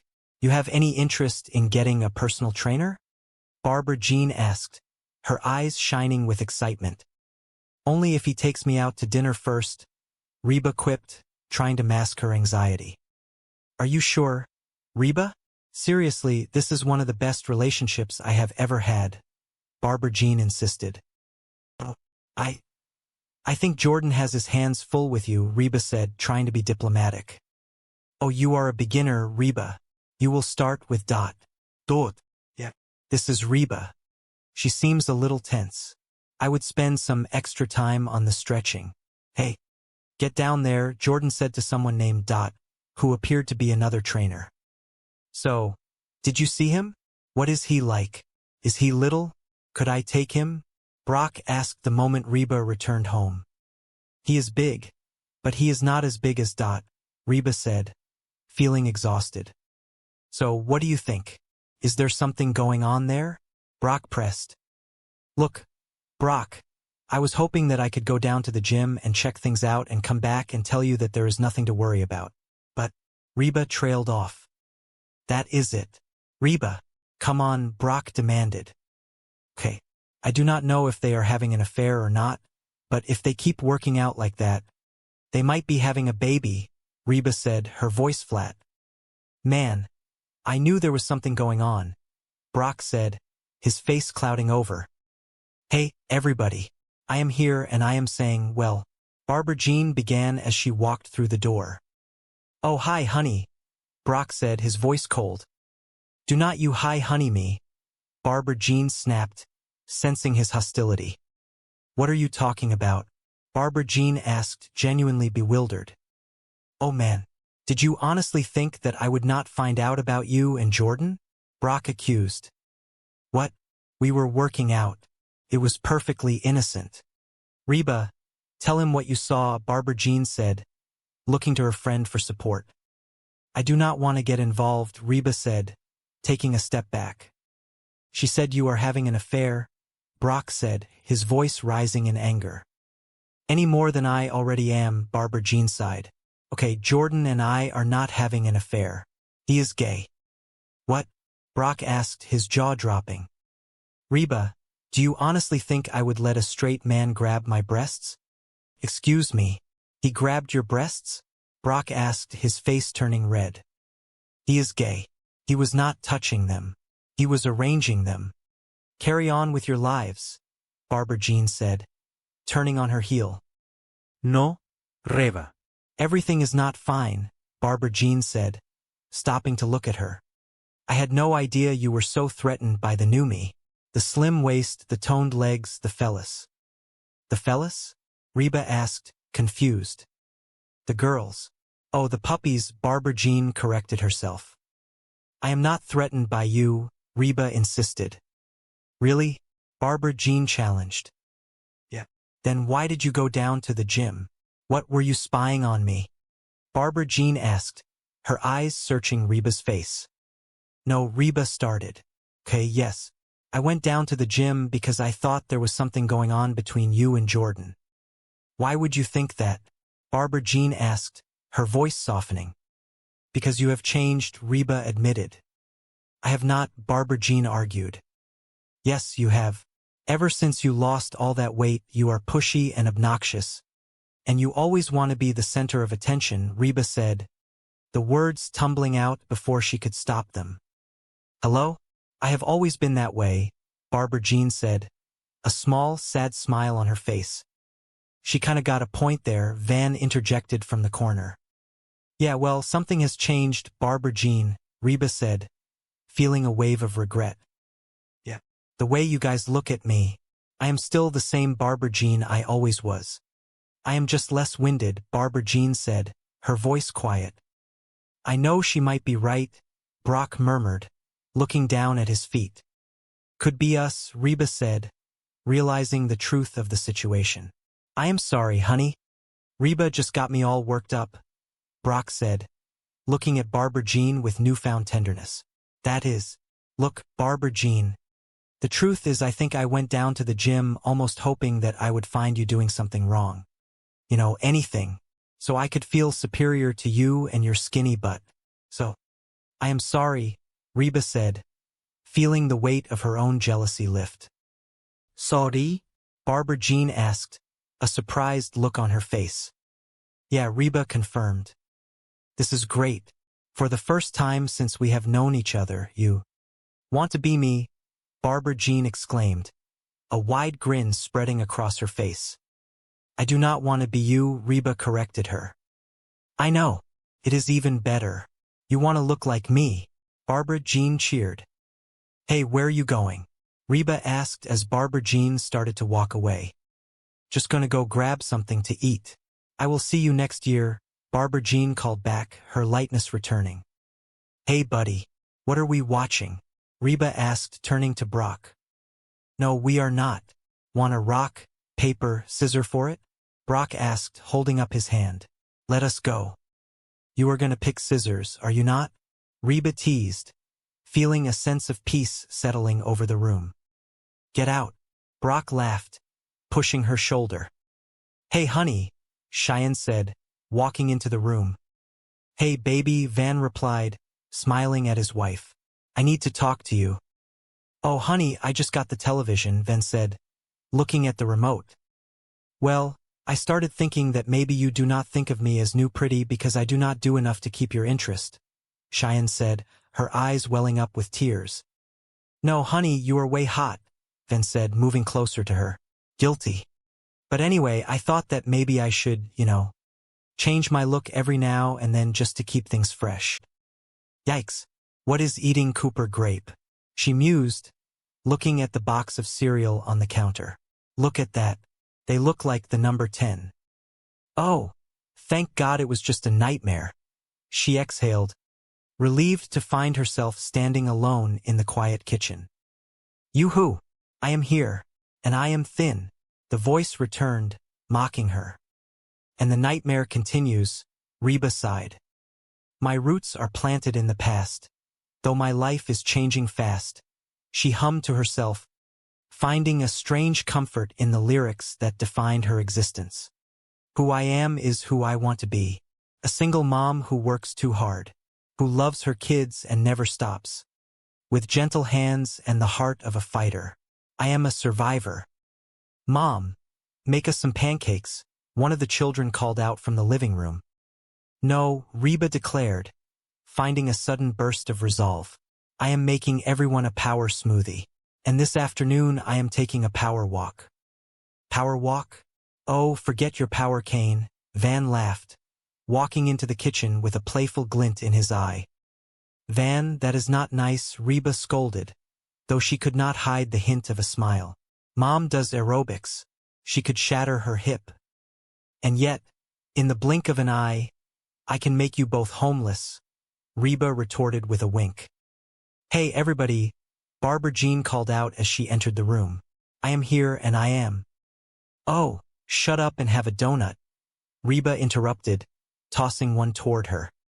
Oh, Reba, you are not still trying to lose weight by drinking those power smoothies, are you? Barbara Jean asked, taking a bite of the pastry. Jordan, my trainer, says that those are loaded with hidden carbohydrates. Barbara Jean, I am all for adopting a healthy new lifestyle, Reba said, trying to keep the frustration out of her voice. But seriously, I mean, there has to be some sort of... Will you stop staring at her? Reba demanded, noticing the way the others were transfixed. What? We have been staring at her for like the past 2 hours, one of them admitted. Well, she is pretty, Reba conceded, her voice softening. I am pretty, Reba added, asserting herself. Well, of course you are. You have always been pretty, but she is new pretty, Van explained, as if it were the most obvious thing in the world. Oh, Van, that is such a funny story you can tell to your next wife, Reba said, turning her attention back to her daughter. Van, you really think that I am new pretty? Barbara Jean asked, her eyes lighting up. Oh yeah, you are like a bleached-out Halle Berry, Van replied with genuine admiration. Thank you, Barbara Jean beamed. You are welcome, Van smiled. I am going to go make some calls, Barbara Jean said, walking away with a bounce in her step. So, Barbara Jean, Cheyenne started, hesitantly. Yeah. Is it true that when you lose a bunch of weight, you want to do, you know, bounce, ka-bounce? Cheyenne mimed, her expression unreadable. Fum, Reba exclaimed, shocked by the turn of the conversation. Oh, Cheyenne, do not be upset. You are still hot, Van said, trying to smooth things over. You are like a bleached-out Jan Brady. Jan? Jan Brady? Cheyenne asked, looking offended. I am Marcia. Marcia, Marcia, Marcia. So, Reba, I got an idea, Barbara Jean said, returning to the room. You should come down to the gym and meet Jordan, my trainer. Seriously, he will change your life. I mean, he is so much more than a personal trainer. He taught me how to work out and eat right. We go over the clothes I am going to wear, the movies I am going to see. Oh, the movies you are going to see? Reba asked, confused. What has that got to do with you getting in shape? Oh, nothing, Barbara Jean shrugged.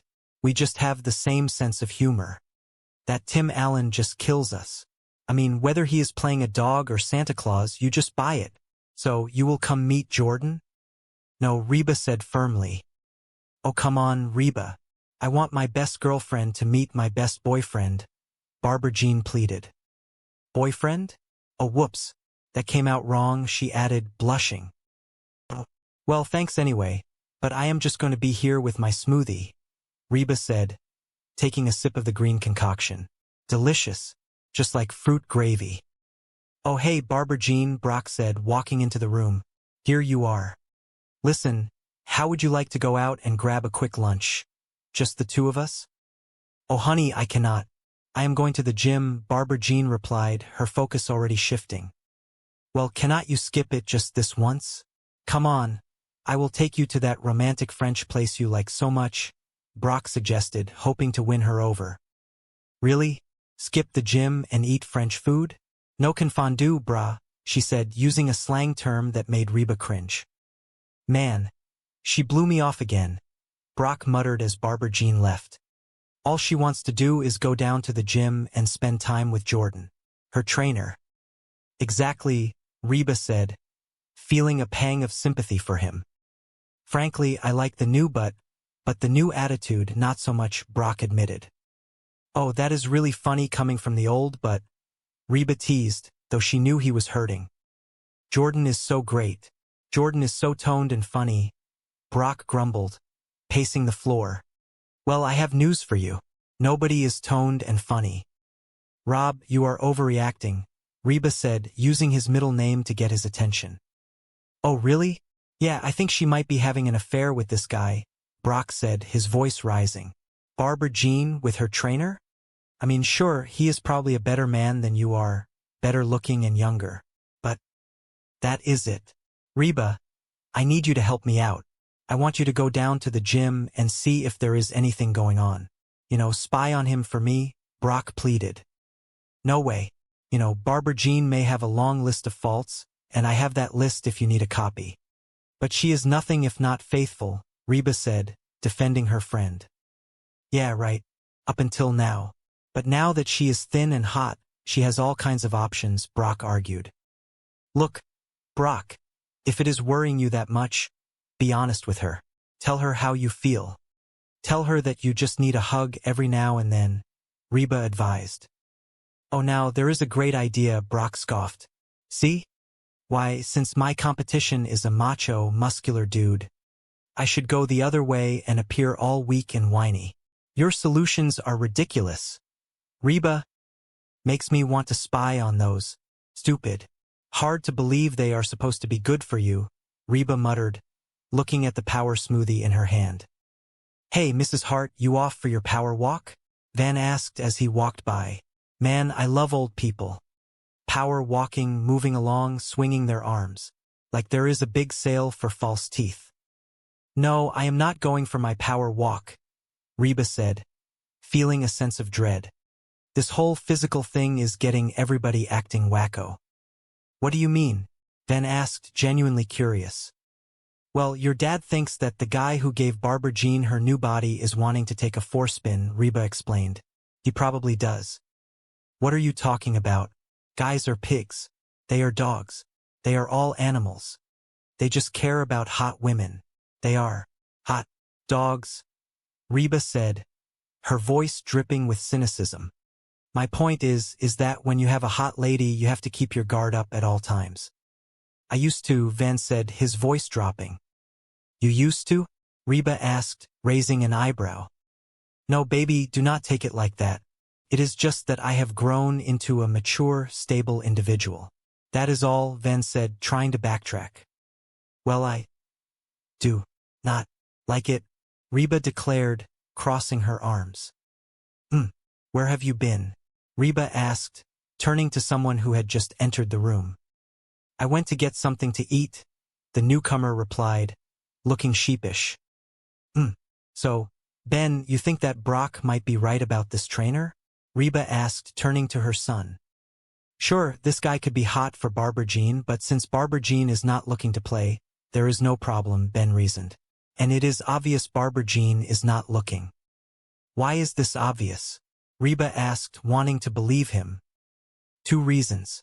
Barbara Jean is not good at keeping secrets, and she thinks of you as her best friend.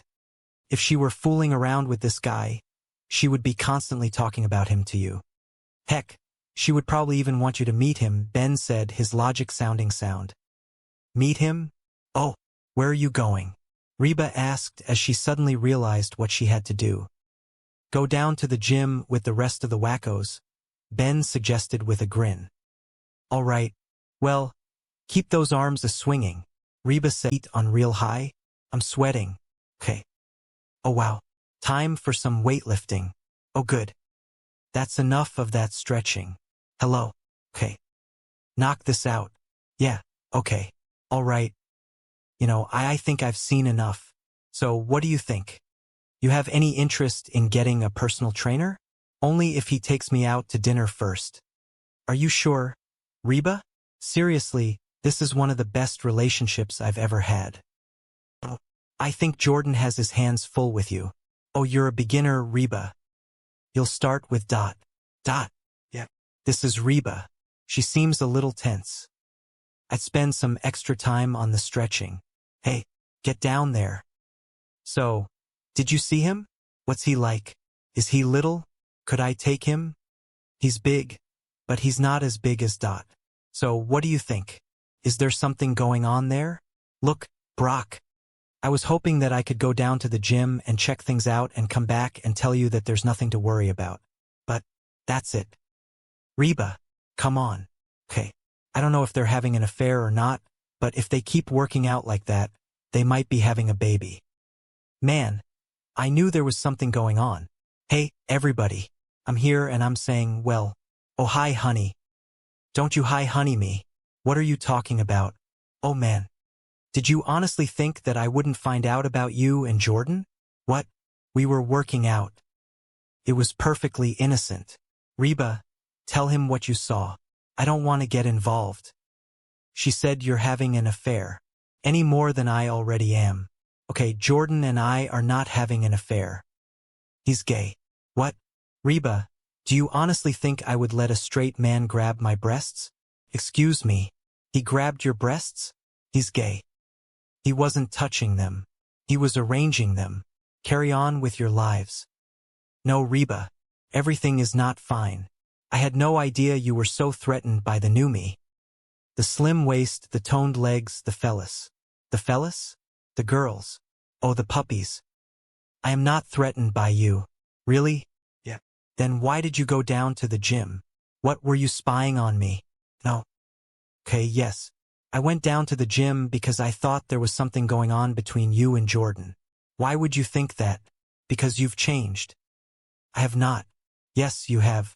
Ever since you lost all that weight, you're pushy and obnoxious. And you always want to be the center of attention. Hello? I've always been that way. She kind of got a point there. Yeah, well, something's changed, Barbara Jean. Yeah. The way you guys look at me, I'm still the same Barbara Jean I always was. I'm just less winded. I know she might be right. Could be us. I'm sorry, honey. Reba just got me all worked up. Look, Barbara Jean. The truth is I think I went down to the gym almost hoping that I'd find you doing something wrong. You know, anything. So I could feel superior to you and your skinny butt. So, I'm sorry. Sorry? Yeah. This is great. For the first time since we've known each other, you want to be me. I don't want to be you. I know. It's even better. You want to look like me. Hey, where are you going? Just gonna go grab something to eat. I'll see you next year. Hey, buddy. What are we watching? No, we're not.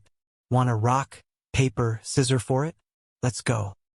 You're gonna pick scissors, aren't you? Get out. Hey, honey. Hey, baby.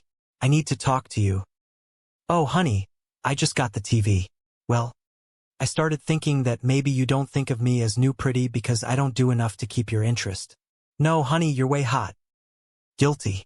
But anyway, I thought that maybe I should, change my look every now and then just to keep things fresh. So, I bought a wig. Cheyenne, put that down. Listen to me. I think it's a good thing that when I look at you, I don't see the beautiful girl with the killer bod. I see my wife, and I'm attracted to her whether she's all dressed up, ready to go out, or just sitting on the couch wearing those washed-up flannel pajamas. Really? Yeah. You're beautiful to me because of who you are. I feel kind of stupid. That's also who you are, and I love it. Come on, you. Where are we going? Oh, we are going upstairs. Hold on. I thought you didn't want me to leave you alone. Sometimes I want to feel new pretty. The morning sun streamed through the kitchen window, casting a warm, golden glow across the countertops that were, quite uncharacteristically, bare. Reba stood in the center of her kitchen, her hands resting on the cool surface of the island, staring at the remnants of what had once been a well-stocked pantry. The silence in the house was heavy, a stark contrast to the chaotic whirlwind that had blown through it just moments before. It felt as though a plague of locusts had descended upon the residence of Mr. Hart, leaving nothing in their wake but empty packages and a profound sense of bewilderment. Ben leaned against the door frame, his expression a mixture of fatigue and begrudging amusement. He looked at the salt and pepper shakers that sat on the table. They were pristine, devoid of even a single grain of seasoning. He looked at his mother, his shoulders dropping. That woman is out of control, he thought, though he did not say it aloud. She had consumed everything. Every box of cereal, every bag of snacks. Every last bit of sustenance had vanished into the ether of her appetite. Why do you not simply tell her that she has consumed too much, Reba? Ben finally asked, his voice breaking the silence. He gestured toward the empty kitchen. You tell her. Reba turned to face him, her eyes narrowing slightly with the dry wit that had carried her through many years of motherhood. No, you tell her. We will settle this with a game of rock, paper, scissors. Ben, you know that you are going to lose. Not this time, Ben insisted, his confidence wavering as he stared at her hands. 1, 2, 3. He threw his hand out in the shape of scissors, while Reba effortlessly displayed a rock. Dang it, Ben groaned, his head falling into his hands. How do you always beat me? Because you always choose scissors, Reba said, a small, knowing smile tugging at the corners of her mouth. It is my system. So, you will tell her? Ben pleaded, looking at her with wide, desperate eyes. Yeah, fine, Reba muttered, already regretting her decision. No, I do not want to, she added quickly, her heart sinking at the prospect of the impending confrontation. You tell her. Come on, please, please, please. No, Ben, why should I tell her? Reba countered, trying to find a reason that did not involve her own discomfort. Because girls can say that kind of stuff without having to come across like all they care about are looks. By the way, you have been looking hot lately. Oh, you, Ben said, blushing in spite of the awkward situation. Look, sweetie, why do I not tell her? Reba sighed, conceding to the inevitable. Thank you, Ben breathed a sigh of relief. Just then, the door swung open with a flourish. Hey, hey, hey, guess who Luigi gave the free pizza to? Barbara Jean announced, her voice filled with an infectious, if somewhat overwhelming, energy. Reba watched as Barbara Jean bustled into the room, seemingly oblivious to the fact that she was currently the topic of conversation. Luigi does not have to roll it out of the bed every morning, Reba thought to herself, though she kept the sentiment locked away. You know, Mom, we really do not need another pizza, Reba said aloud, trying to keep her voice gentle. I mean, it is really just the three of us. Oh, I know, but I had to take it. It was free, Barbara Jean exclaimed, setting the box down as if it were a precious treasure. Somebody will eat it. Dibs, Ben shouted, his resolve to be healthy disappearing the moment the aroma of pepperoni filled the air. You know what, Mom? I am thinking maybe we should all try and get a little healthier around here, Reba suggested, hoping to steer the conversation toward a more constructive path. What are you talking about? I am very healthy, Barbara Jean replied, looking genuinely confused. All right, that is it, Mrs. Hart, Reba said, her voice dropping into a tone that brooked no argument. Drop it, Mrs. Hart. Drop it, drop it, drop it. She circled her, her voice growing in intensity. Drop it.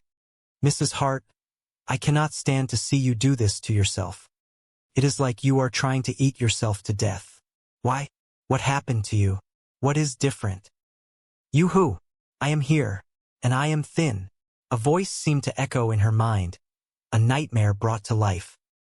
Yeah, thin is a stick, and dumb is one, she whispered to herself, shaking her head to clear the unwanted thought. That woman is out of control. She's like a locust. She has eaten everything in the house. She's eaten everything in Mr. H's house. Look, even the salt and pepper shakers are empty. Why don't you just tell her she's eaten too much? You tell her. No, you tell her. Rock, paper, scissors. Ben, you know you're gonna lose. Not this time. 1, 2, 3. Dang it. How do you always beat me? Because you always pick scissors. Of course I do, it's my system. So you'll tell her? Yeah, fine. No, I don't want to. You tell her. Come on, you tell her. Please, please, please. No, Ben. Why should I tell her? Because girls can say that kind of stuff without having to come across like all they care about are looks. By the way, you have been looking hot lately. Oh, you. Look, sweetie, why don't I tell her? Thank you. Hey, hey, hey. Guess who Luigi gave the free pizza to? Luigi doesn't have to roll it out of the bed every morning. You know, Mom, we really don't need another pizza. I mean, it's really just the three of us. Oh, I know, but I had to take it. It was free. Somebody will eat it. Oh, dibs. You know what, Mom? I'm thinking maybe we should all try and get a little healthier around here. What are you talking about? I'm very healthy. All right, that's it, Mrs. H. Drop it. Drop it, Mrs. H. Drop it. Drop it. Drop it. Drop it, Mrs. H. I can't stand to see you do this to yourself. It's like you're trying to eat yourself to death. Why? What happened to you? What's different? You who? I'm here. And I'm thin. Yeah, thin is a stick and dumb is one. Yikes. What's eating Cooper grape? Look at that.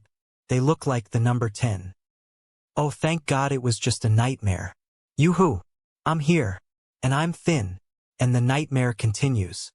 My roots are planted in the past, though my life is changing fast. Who I am is who I want to be, a single mom who works too hard, who loves her kids and never stops, with gentle hands and the heart of a fighter. I'm a survivor mom. Make us some pancakes. No, I'm making everyone a power smoothie. And this afternoon, I'm taking a power walk. Power walk? Oh, forget your power cane. Van, that is not nice. Mom does aerobics. She could shatter her hip. And yet, in the blink of an eye, I can make you both homeless. Hey, everybody. I'm here, and I'm... Oh, shut up and have a donut. Oh, Reba. You're not still trying to lose weight by drinking those power smoothies, are you? Jordan, my trainer, says that those are loaded with hidden carbs. Barbara Jean, I am all for adopting a healthy new lifestyle. But seriously, I mean, there has to be some sort of... Will you stop staring at her? What? We've been staring at her for, like, the past 2 hours. Well, she's pretty. I'm pretty. Well, of course you are. You've always been pretty. But she's new pretty. Oh, Van, that is such a funny story you can tell to your next wife. Van, you really think that I'm new pretty? Oh yeah, you're like a bleached-out Halle Berry. Thank you. You're welcome. I'm gonna go make some calls. So, Barbara Jean, yeah, is it true that when you lose a bunch of weight, you want to do, you know, bounce? Ka bounce. Van. Oh, Cheyenne, don't be upset. You're still hot. You're like a bleached-out Jan Brady. January Jan Brady. I'm Marcia. Marcia, Marcia, Marcia. So, Reba, I got an idea. You should come down to the gym and meet Jordan, my trainer. Seriously, he will change your life. I mean, he is so much more than a personal trainer. He taught me how to work out and eat right. We go over the clothes I'm gonna wear, the movies I'm gonna see. Well, the movies you're gonna see? What's that got to do with you getting in shape? Oh, nothing. We just have the same sense of humor. That Tim Allen just kills us. I mean, whether he's playing a dog or Santa Claus, you just buy it. So you'll come meet Jordan? No. Oh, come on, Reba. I want my best girlfriend to meet my best boyfriend. Boyfriend? Oh, whoops. That came out wrong. Oh. Well, thanks anyway. But I'm just gonna be here with my smoothie. Delicious. Just like fruit gravy. Oh, hey, Barbara Jean. Here you are. Listen, how would you like to go out and grab a quick lunch? Just the two of us? Oh, honey, I can't. I'm going to the gym. Well, can't you skip it just this once? Come on. I'll take you to that romantic French place you like so much. Really? Skip the gym and eat French food? No can fondue, brah. Man, she blew me off again. All she wants to do is go down to the gym and spend time with Jordan, her trainer. Exactly.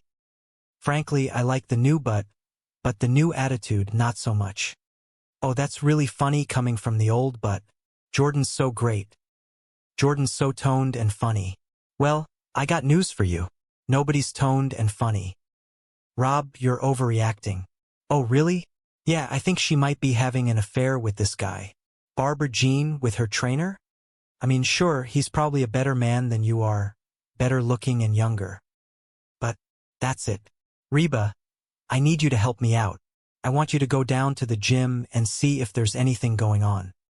You know, spy on him for me. No way. You know, Barbara Jean may have a long list of faults. And I have that list if you need a copy. But she is nothing if not faithful. Yeah, right. Up until now. But now that she's thin and hot, she has all kinds of options.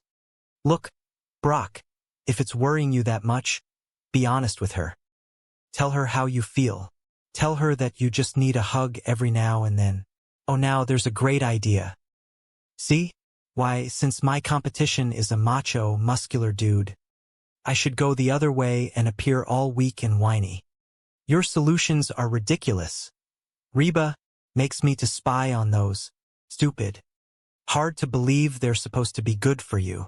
Hey, Mrs. H, you off for your power walk? Man, I love old people. Power walking, moving along, swinging their arms. Like there's a big sale for false teeth. No, I'm not going for my power walk. This whole physical thing is getting everybody acting wacko. What do you mean? Well, your dad thinks that the guy who gave Barbara Jean her new body is wanting to take a forespin. He probably does. What are you talking about? Guys are pigs. They're dogs. They're all animals. They just care about hot women. They're hot dogs. My point is that when you got a hot lady, you got to keep your guard up at all times. I used to. You used to? No, baby, don't take it like that. It's just that I've grown into a mature, stable individual. That's all. Well, I don't like it. Where have you been? I went to get something to eat. So, Ben, you think that Brock might be right about this trainer? Sure, this guy could be hot for Barbara Jean, but since Barbara Jean isn't looking to play, there's no problem. And it's obvious Barbara Jean isn't looking. Why is this obvious? 2 reasons. Barbara Jean isn't good at keeping secrets, and she thinks of you as her best friend. If she were fooling around with this guy, she'd be constantly talking about him to you. Heck, she'd probably even want you to meet him. Meet him? Oh, where are you going? Go down to the gym with the rest of the wackos. All right. Well, keep those arms a-swinging. Oh, hey, Reba. You came. Yeah. Man, there's a lot of beautiful people around here. You should see them naked in the shower. Hey, Jordan. Hey. Ready to start, Barbara Jean? Yeah. Hey, you look great in that outfit. Oh, well, you know, the other woman's getting kind of baggy. Can you believe her? She did the impossible. She lost all that weight and kept these fellas. Oh. Okay, Jordan. Jordan, this is my friend, Reba. Hey, I'm Jordan. I'm Reba. So, you gonna join us? Reba? Oh, I don't know. I just think that me and my fellows will just watch for a while. Well, Reba, you are not gonna get into shape by just watching. You need to sweat a little. Yeah, but you guys gotta understand, it's been a while since I've been in a gym like this, and I don't think. Hello, there. Barbara Jean, you really are getting limber. Remember when you couldn't put your leg over my head? Remember when I didn't want to?